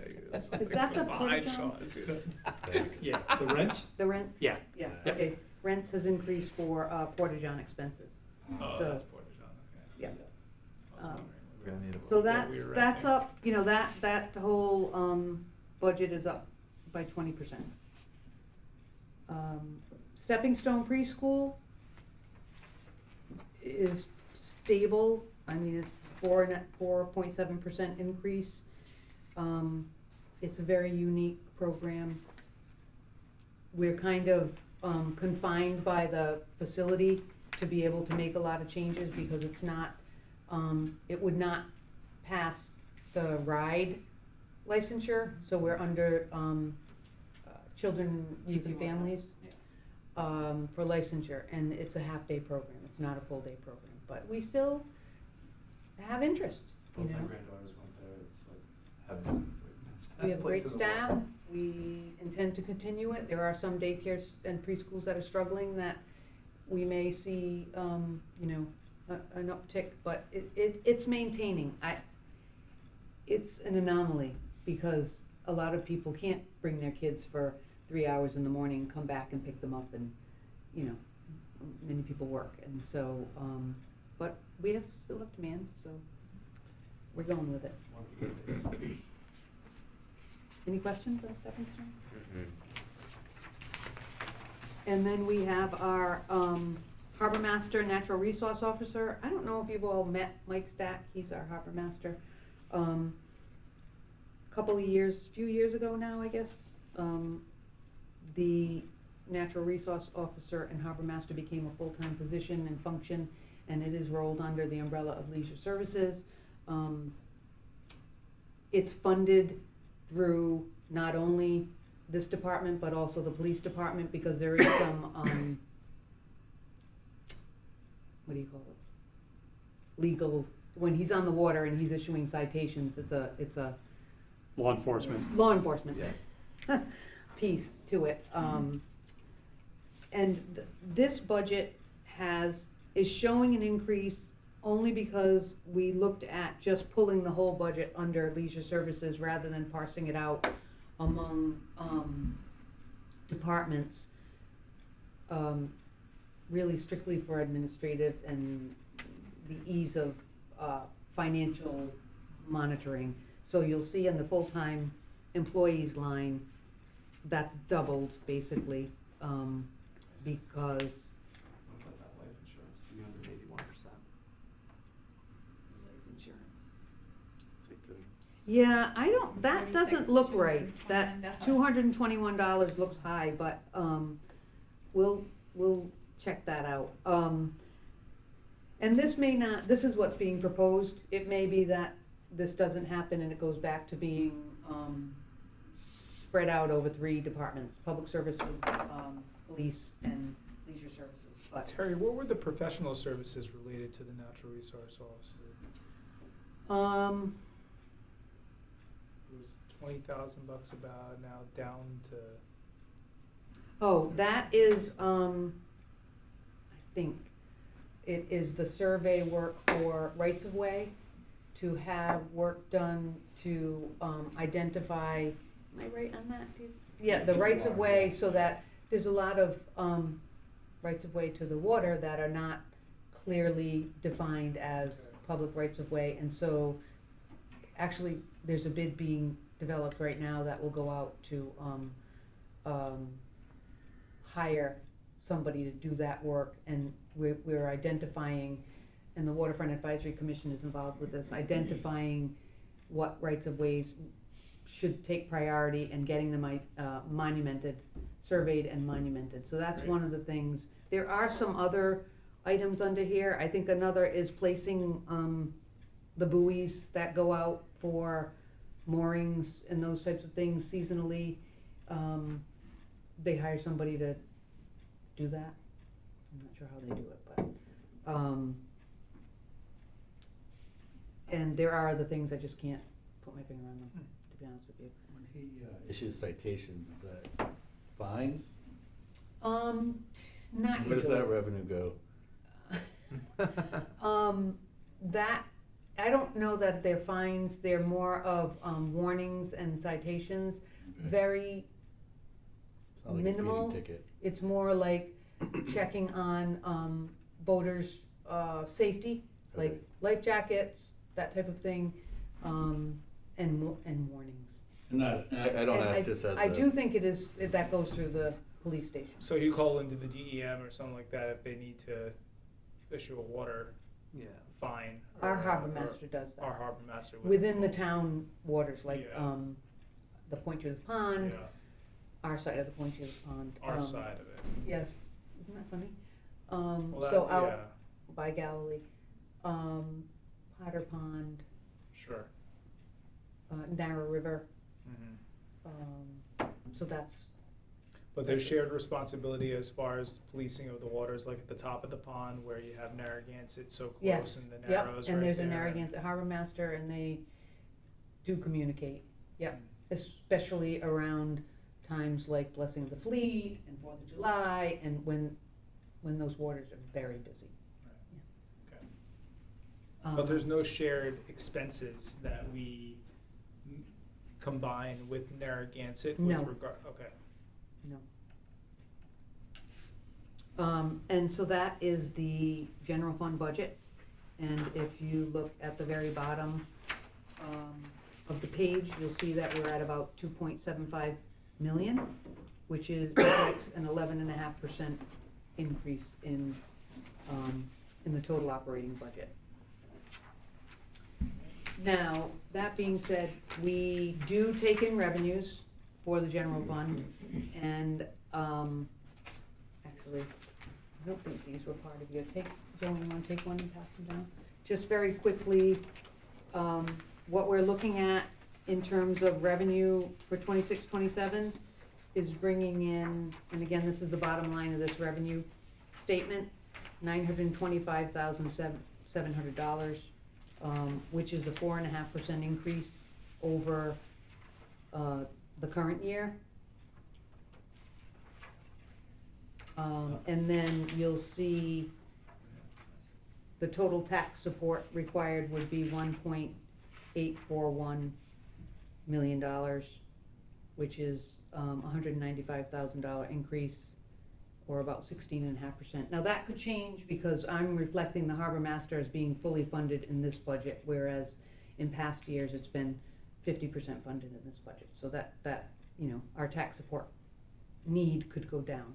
But this gives you a sense of, what we're looking at, and then you can see boat mooring fees, park rental revenue, beach revenue, it's all listed here, all the revenue that we would be anticipating receiving. The very last one, school field maintenance, you'll notice a drop of about $17,300.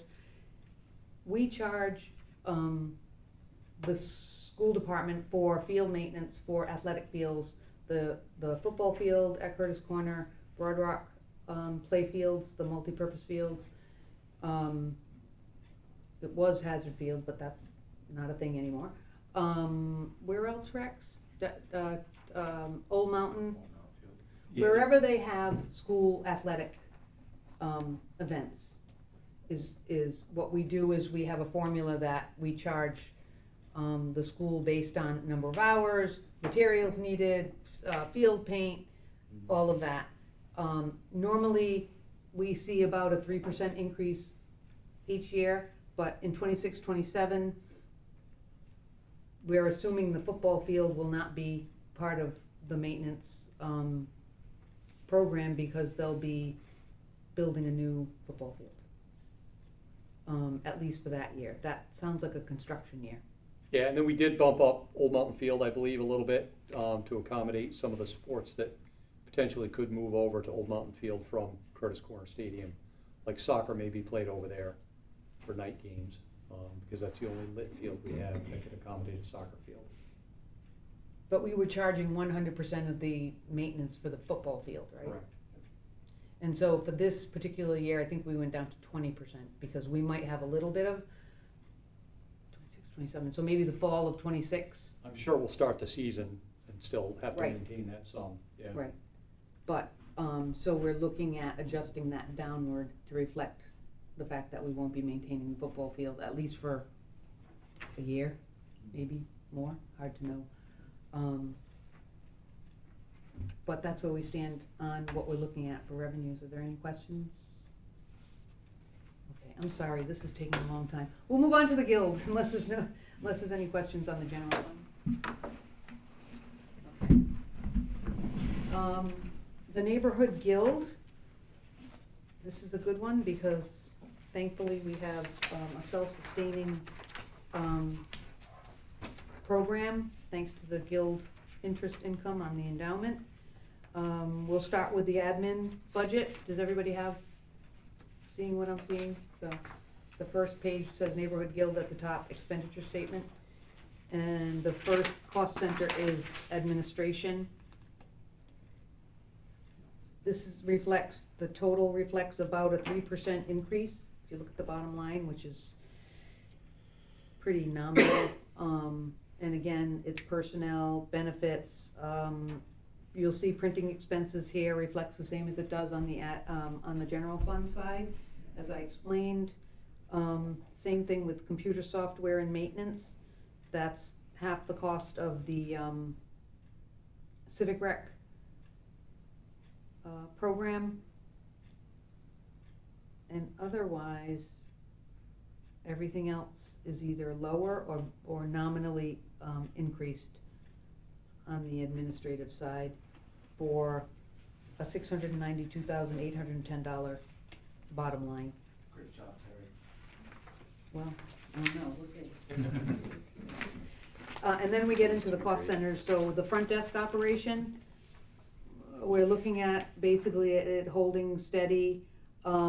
It looks like the front desk is going down a little. It's really staying about the same. Does that look right, Lenka? Might be a little higher. Yeah. That's all about part-time personnel at the front desk here at the Guild. So we do have a full-timer, but the part-timers do the evening shifts and afternoon shifts. We can look at this if you think it's a little off. Seniors, which is really the TRIP program, is the next cost center. And again, we're struggling a little to really get this program going. We did have a trip to the Red Sox, was it? No, Salem. Salem. Moderately successful. The New York City trip did not run. We didn't get enough interest, believe it or not. And it's expensive to rent a tour bus. Oh, yeah. it's not a school bus, it's a tour bus, so, anyhow, we're budgeting, money under rents, because that's what it is, it's renting, basically it's renting a tour bus. And this is, you know, money in, money out. If the trip runs, we take the revenue in. Ideally, we'd like to break even. We did not break even on the Salem trip, but other areas of this budget supported that loss, so to speak. So we're gonna keep trying, maybe stay closer to home. Have you done ski trips at all, or no? We haven't done ski trips, no. There's a lot I don't of, know like how the they ski companies do that, like the retail stores will do that. Yeah. Right. They get a little niche there. Yeah. We think we need to partner with either a neighboring rec department to really kind of consolidate or combine forces so that we're not tapping the same people who wanna go to, you know, New York because somebody ran a trip the same weekend, Charlestown? Charlestown, and it was cheaper. Yeah, so we're gonna work on that. Next is the youth program, which is up, by 23%. And, you'll see under professional services, so, this is partly because of we run, 3 weeks now of discovery camp within the youth program in the Guild. At one time it was all run, under the leisure budget, but because it's here at the Guild, and we also use Guild funding to support scholarships for this, we locate these 3 weeks worth of salary and professional services within this budget. So it is up, 23.7%, and most of that is in professional services, which is independent contractors and also entertainment, and those are for other camps, is that right? Summer camps that run here, youth summer camps? Yep. Okay, just wanna make sure I get that right. And just youth programming too. And youth programming throughout the year? Yes. Any youth programs that are held in the Guild. Next, we have music, another really booming program. Our music program continues to thrive, and we're looking at increased numbers based on the number of instructors that we have now, which has grown over the past year and a half, and the base of students. So, again, the music program does very well here at the Guild. Adult programming, staying about the same, up by a 1.5%. No major changes there. Those are adult programs here at the Guild. Dog obedience, woodworking, those types of programs.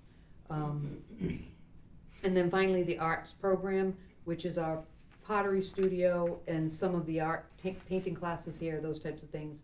Down a little bit, just an adjustment, more or less. Was there anything, Lenka, that was driving this little bit of downward adjustment, or? Yeah, we went through a stretch of not having any art classes here. We weren't able to find instructors, and now we've added 3 recently Okay. to the queue, so it's leveling, but still being. Being conservative, Yeah, thank you. That didn't work. okay. And for a total budget of 1.112 million, which is about a 6.6% increase for the Guild.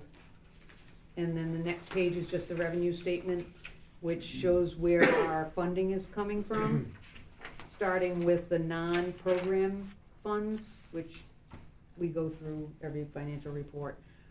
You'll see the big one is the second line down, the trust income. We're looking at a 2.5% increase to $549,000 out of the trust income. And then as we go down the revenue, we have funding built in. The reinvested income debt is payment on, that's for the bond that we're paying. So we take that revenue in and then it gets paid out, as I understand it, for bonding. And then reinvested income capital that's $6,000 that comes in so that we can basically use it for capital spending. We have a smaller trust fund, the Hazard Trust, that we take 20,000 in, and then the Guild fund balance is pretty much what we have that rolls annually to a bottom line. Like, for instance, we're projecting that we're gonna have $29,000 surplus for the year we're in, based on what we're seeing. That falls to the fund balance, so we can use some of that for operating for next year. And then we're showing the revenue for all the programs, so front desk, trips, we've adjusted downward. Youth is up, music's up, and these all balance with the program, so we balance the spreadsheet for the Guild. And sorry, you might have just said this, but you're gonna withdraw $549,000 from the Guild. Not the trust, but the investment income. So the Guild trust is, Gotcha. I see investment income up here, so that's confusing, but the trust income is the endowment, which is like at $21 million. Yeah. It's the investment income on From that. This other investment income, I think, is on our fund balance. Some of that gets invested also. And so there's a small amount that, I Thank you. mean, actually And we've done. Who's in charge of how that is invested and what There's vehicles there the are? school, forget what they're called, there's a board, that oversees these funds. And they have a quarterly meeting, they also have a financial advisor, Mhm. and the finance director works with them. And they review the funds quarterly and how they're invested. And I'm sure they have rules as far as how much could be withdrawn from those funds in They order to do. maintain longevity and. They do, and Have- we, sorry. Have we had an experience where there's been a, really negative down year in, say, just investment? The balance, the fund could go down 20%, could it not, or 2022. The investment, yeah, on it. like the fund, It's been a while, like 2008 or something yeah, like that? I started in 2009. Okay, So my first couple of years, we were very tight on how much we could request from the investment income to support the Guild. I think it might have been maybe a 3% increase. I would have to go back and look, but I think since like 2010, 2011, it's, knock on wood, it's been very, very good. And the Guild, the endowment has grown. I think it was at 14 million when I started, that's 16 years ago, and now it's somewhere around 21, 22 million. And so most recently, if you recall, we requested use of some of the Guild The Guild, endowment yeah. investment income The to cover the Guild Yeah. project. So that we were using it for the purpose, it was partially meant for. So, so there's a close eye kept on that. It's a quarterly meeting. If, I can certainly share, I think I can ask for the quarterly reports from finance if you'd like to see what they. oh, it's just something that we Yeah. never really talk about, sort of Yeah. in the background, Yeah. but it just represents such a large part of our operating Absolutely budget does. that I just wanted to ask. Yeah. So that's the Guild budget. Any other questions? Moving on, we'll look at the Community Recreation Center budget. Again, this is a separate fund. It is supported by tax dollars. We're looking at a $909,604 operating budget for 26-27, about a 5.2% increase. What we've proposed is if you look at the top at the full-time employees, an increase to cover a new full-time position, which would be basically an admin front desk / programming position. Right now, we have a part-time position that has a similar role, but similar to the Guild, we really feel like we need another, like, full-time person there besides the rec center manager, because of the level of activity and the volume of activity in that building. It just, we need a little more administrative support and programming support for the building. When our rec center manager is away, we have basically part-timers. I mean, we do have a full-time, the athletic supervisor's office is at the Guild, but they're not necessarily always there or available to the public. So, and having a mostly part-time staff can be difficult, because those positions, you know, you're looking at 8 people and scheduling them at 4-hour shifts and who can work when, and that becomes difficult. And that's why we see the reduction in the part-time salaries, because of that full-time position? That's correct. Otherwise, I think the only other thing is professional services. That's up. And that's due to programming, so independent contractors. Excuse me. I'm having another coughing fit. I think that's really it. Rental income, we're staying kind of level there. Program revenue is up. Everything else is pretty level. We are pulling 55,000 from the fund balance, and that is for capital improvements. And then we're looking for a general fund transfer of $506,000, and that's 15.5% higher than last year. Not a ton of changes. We only have so much capacity at the rec center to operate so many programs. Excuse me, rentals too. So we're cognizant of that. And, you know, the budget is not changing drastically. It's just that one full-time position that's been proposed. I'm not sure where that's gonna get us, because it's with the school bond debt coming down the pike.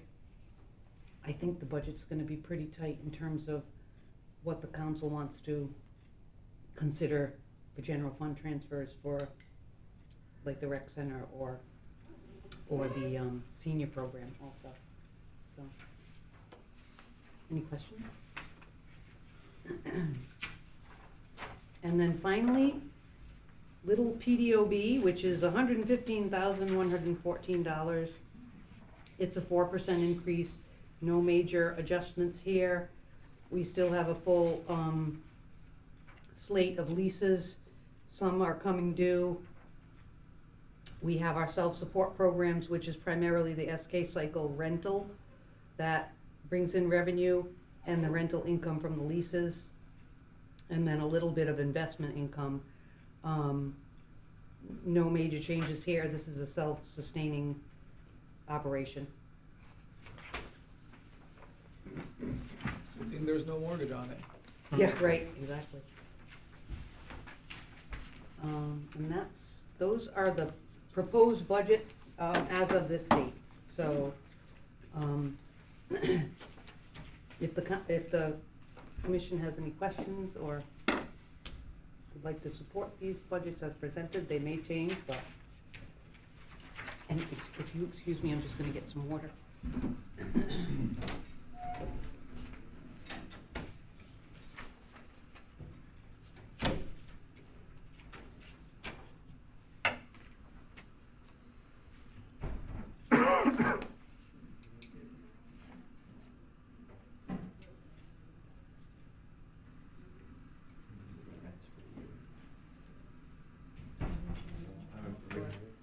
I know.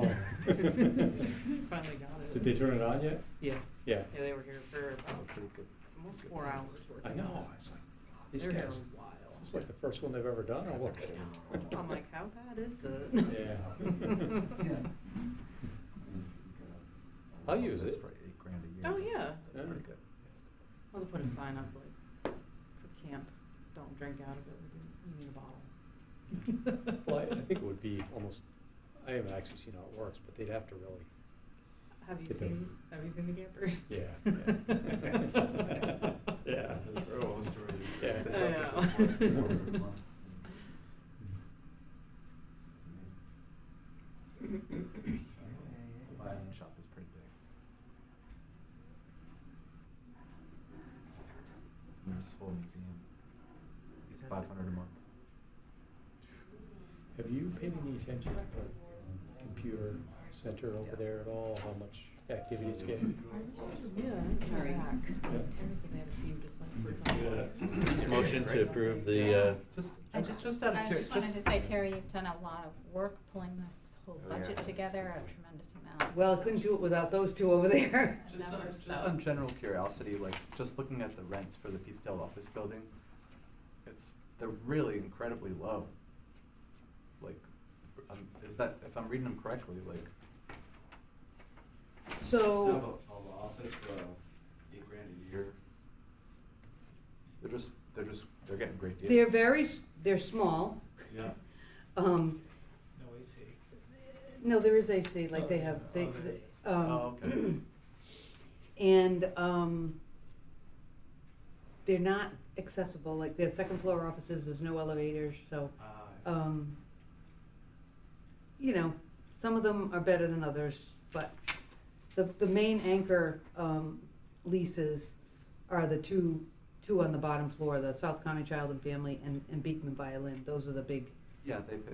and they take up either side of the building on the first floor. The other offices are, I think do I have square footage in here? Maybe not. 180 square feet, 200 square feet, they're small, they're not. A lot of them are grandfathered, it's almost like rent controlled, right? Well, they're not rent control, we do go up on the leases, they're short-term leases, 3 to 5 years. We try to make them, I do look at the market rent, but I guess I would say Peacedale office building isn't a glamour building, but it is charming and it's in a great location. It's in a great location, yeah. Make a motion to approve the proposed 26, 27. motion by Joanne, I will second it. second by John. Any discussion?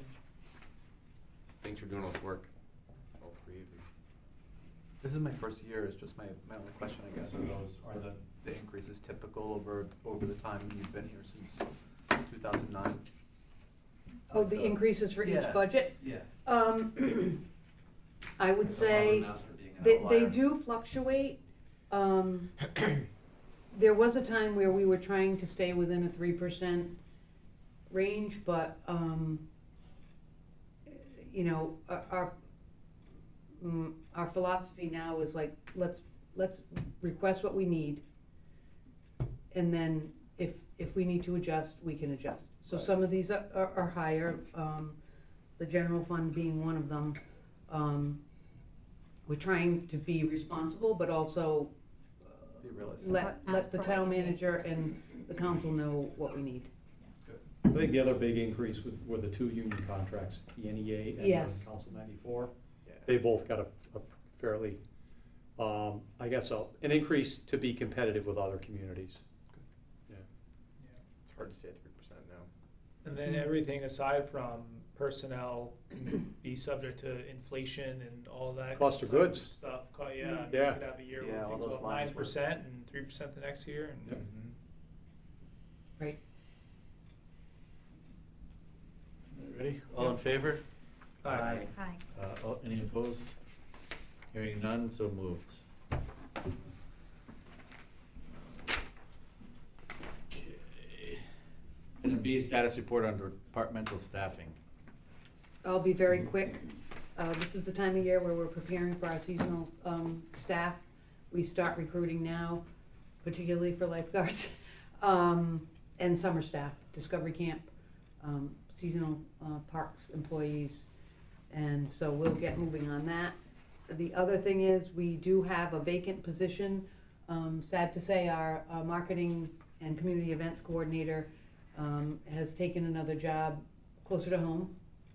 And so we've posted that position again, and that falls under the rec superintendent's purview. That was Chloe, I don't know if you Is ever that met- full-time?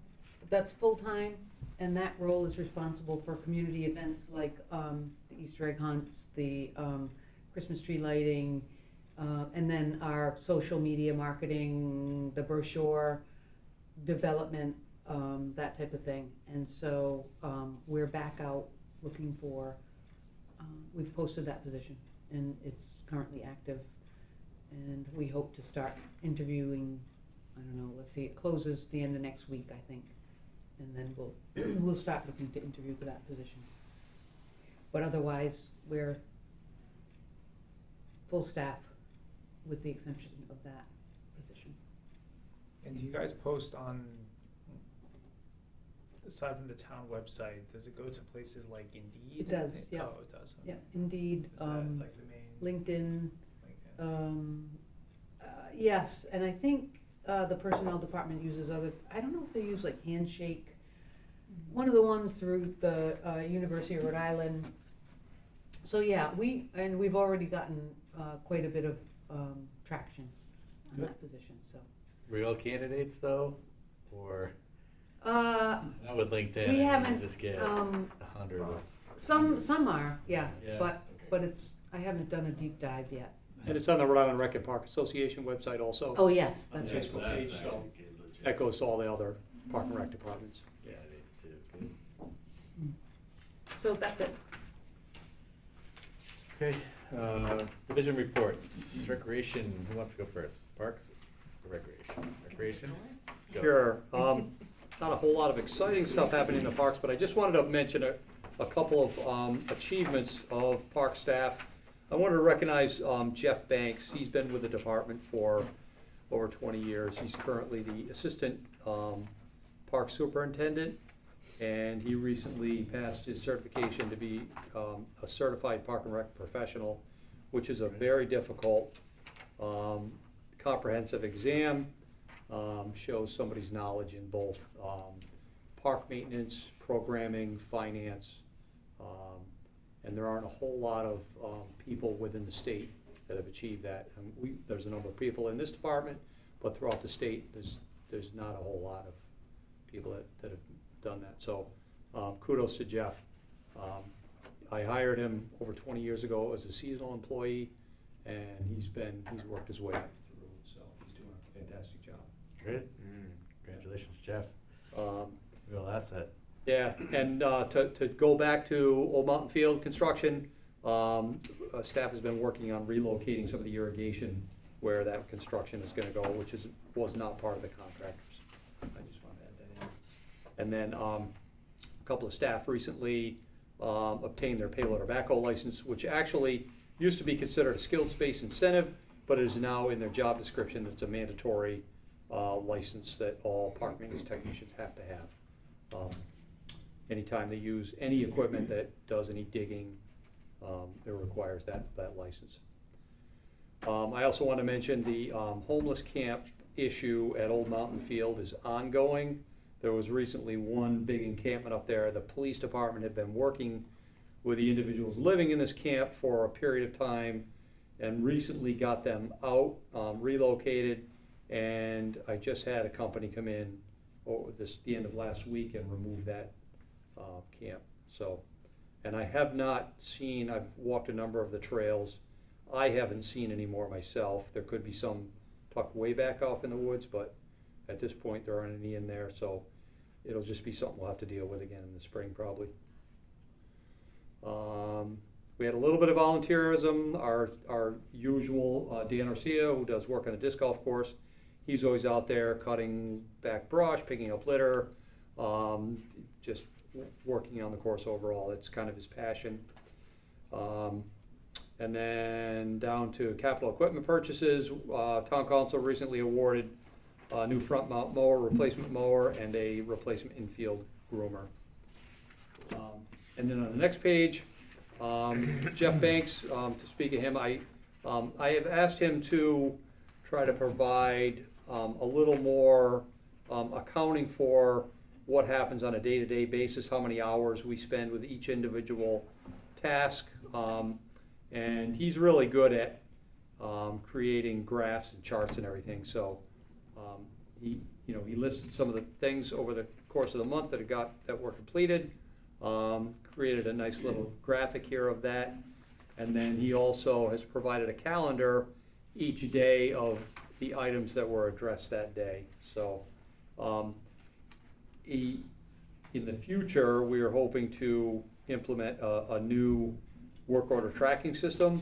The town currently has one, but it hasn't really worked out well. We were never able to adapt to it, and the town is looking at going with a different system that's more user-friendly. The Rec Pro doesn't have anything like that? Civic Rec kind of does. We're gonna look at that to see, but actually, Civic Rec bought the company Beehive that we were using, and they're hoping to kind of retool it a little bit to make it a little more user-friendly. Yeah. And then we'll hopefully start utilizing that a little more. And then, the Aesopon Bridge, that's the main bridge there is that repurposed from, you put it in repurposed from Marina? yeah. Oh, that's great. Yeah, it had been sitting in our yard ever since the boat ramp was redone, and I said, someday we're gonna use that. And we were able to use it over at Aesopon.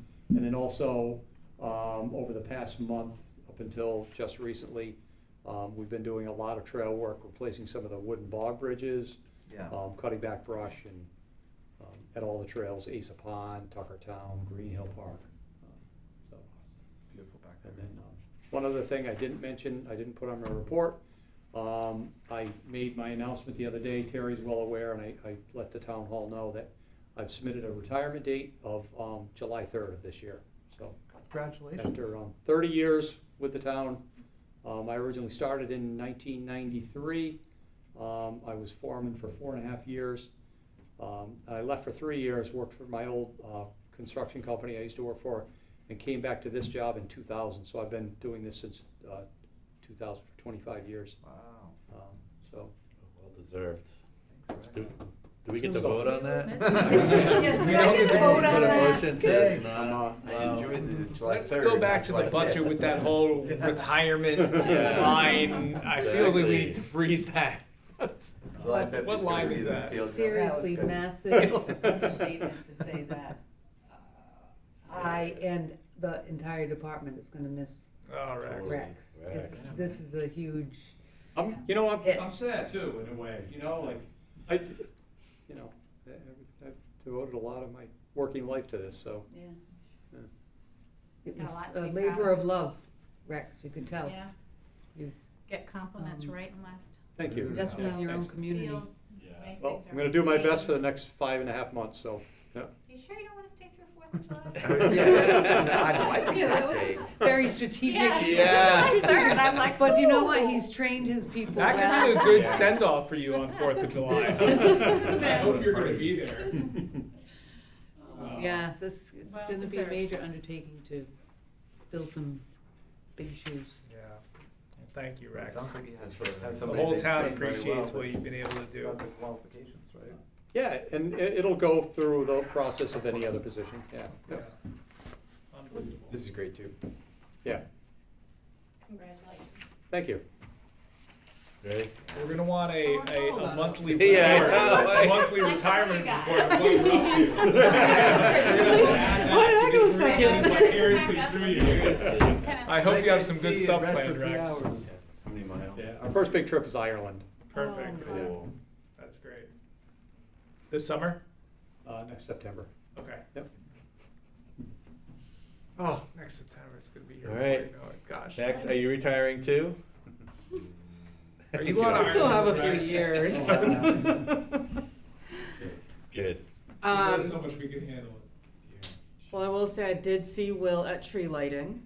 Oh, Very yes. strategically, he popped out. Yeah. Spotting, huh? We had our annual tree lighting. It was frigid. I'd say roughly 300 people were in attendance, could be more. It's hard to say on cold nights like that. Another successful night, though, we had Wakefield Concert Band was there, and Peacedale Elementary School is always a good group to bring in because they bring a lot of parents as well as siblings. And grandparents. And grandparents as well, yes. We also had Santa visits for 3 nights. We had 47 families signed up with 102 children came to see Santa. So exciting when he showed up. Oh, really? Good. I was like more excited than the fire truck pulled up. And we had, there was a question about Santa letters earlier. We had 67 letters were received. We were only able to respond to 58. So that's either due to not having an address or not being able to read the address and find out who they are with strategic, looking them up. But outside of our annual traditions of holiday events, we had our general programming still going on. We had a number of holiday camps running. There were one day camps at a time to give parents options during the break from before Christmas through the new year, as well as our basketball program was in full effect. We do take off the weeks of Christmas and New Year's, but then the early part of the year was all basketball every Saturday. Can I throw in one thing about the basketball? Mhm. Just because I went to 4 SK games for my 10-year-old granddaughter this weekend. They've got no players on the bench in the rec league, and they've only got 1 player on the bench with the travel team. So if anybody has, 10 to 11 or 9 to 11-year-old girls, we need more. We need more basketball players. We do have strong numbers, but it is, the hard part is them coming each day, or each week. Yeah, I mean, we had Better a, this we had year a than tournament last this year? weekend. They played They are with better this year. a bunch of other towns, and they I were. mean, participation is better, not the actual. The numbers skill are set. better based on where they were last year. We Yeah. did, reshaped the program to do a 6th through 8th grade girls merger of all Yeah, the grades of middle school, basically, yeah.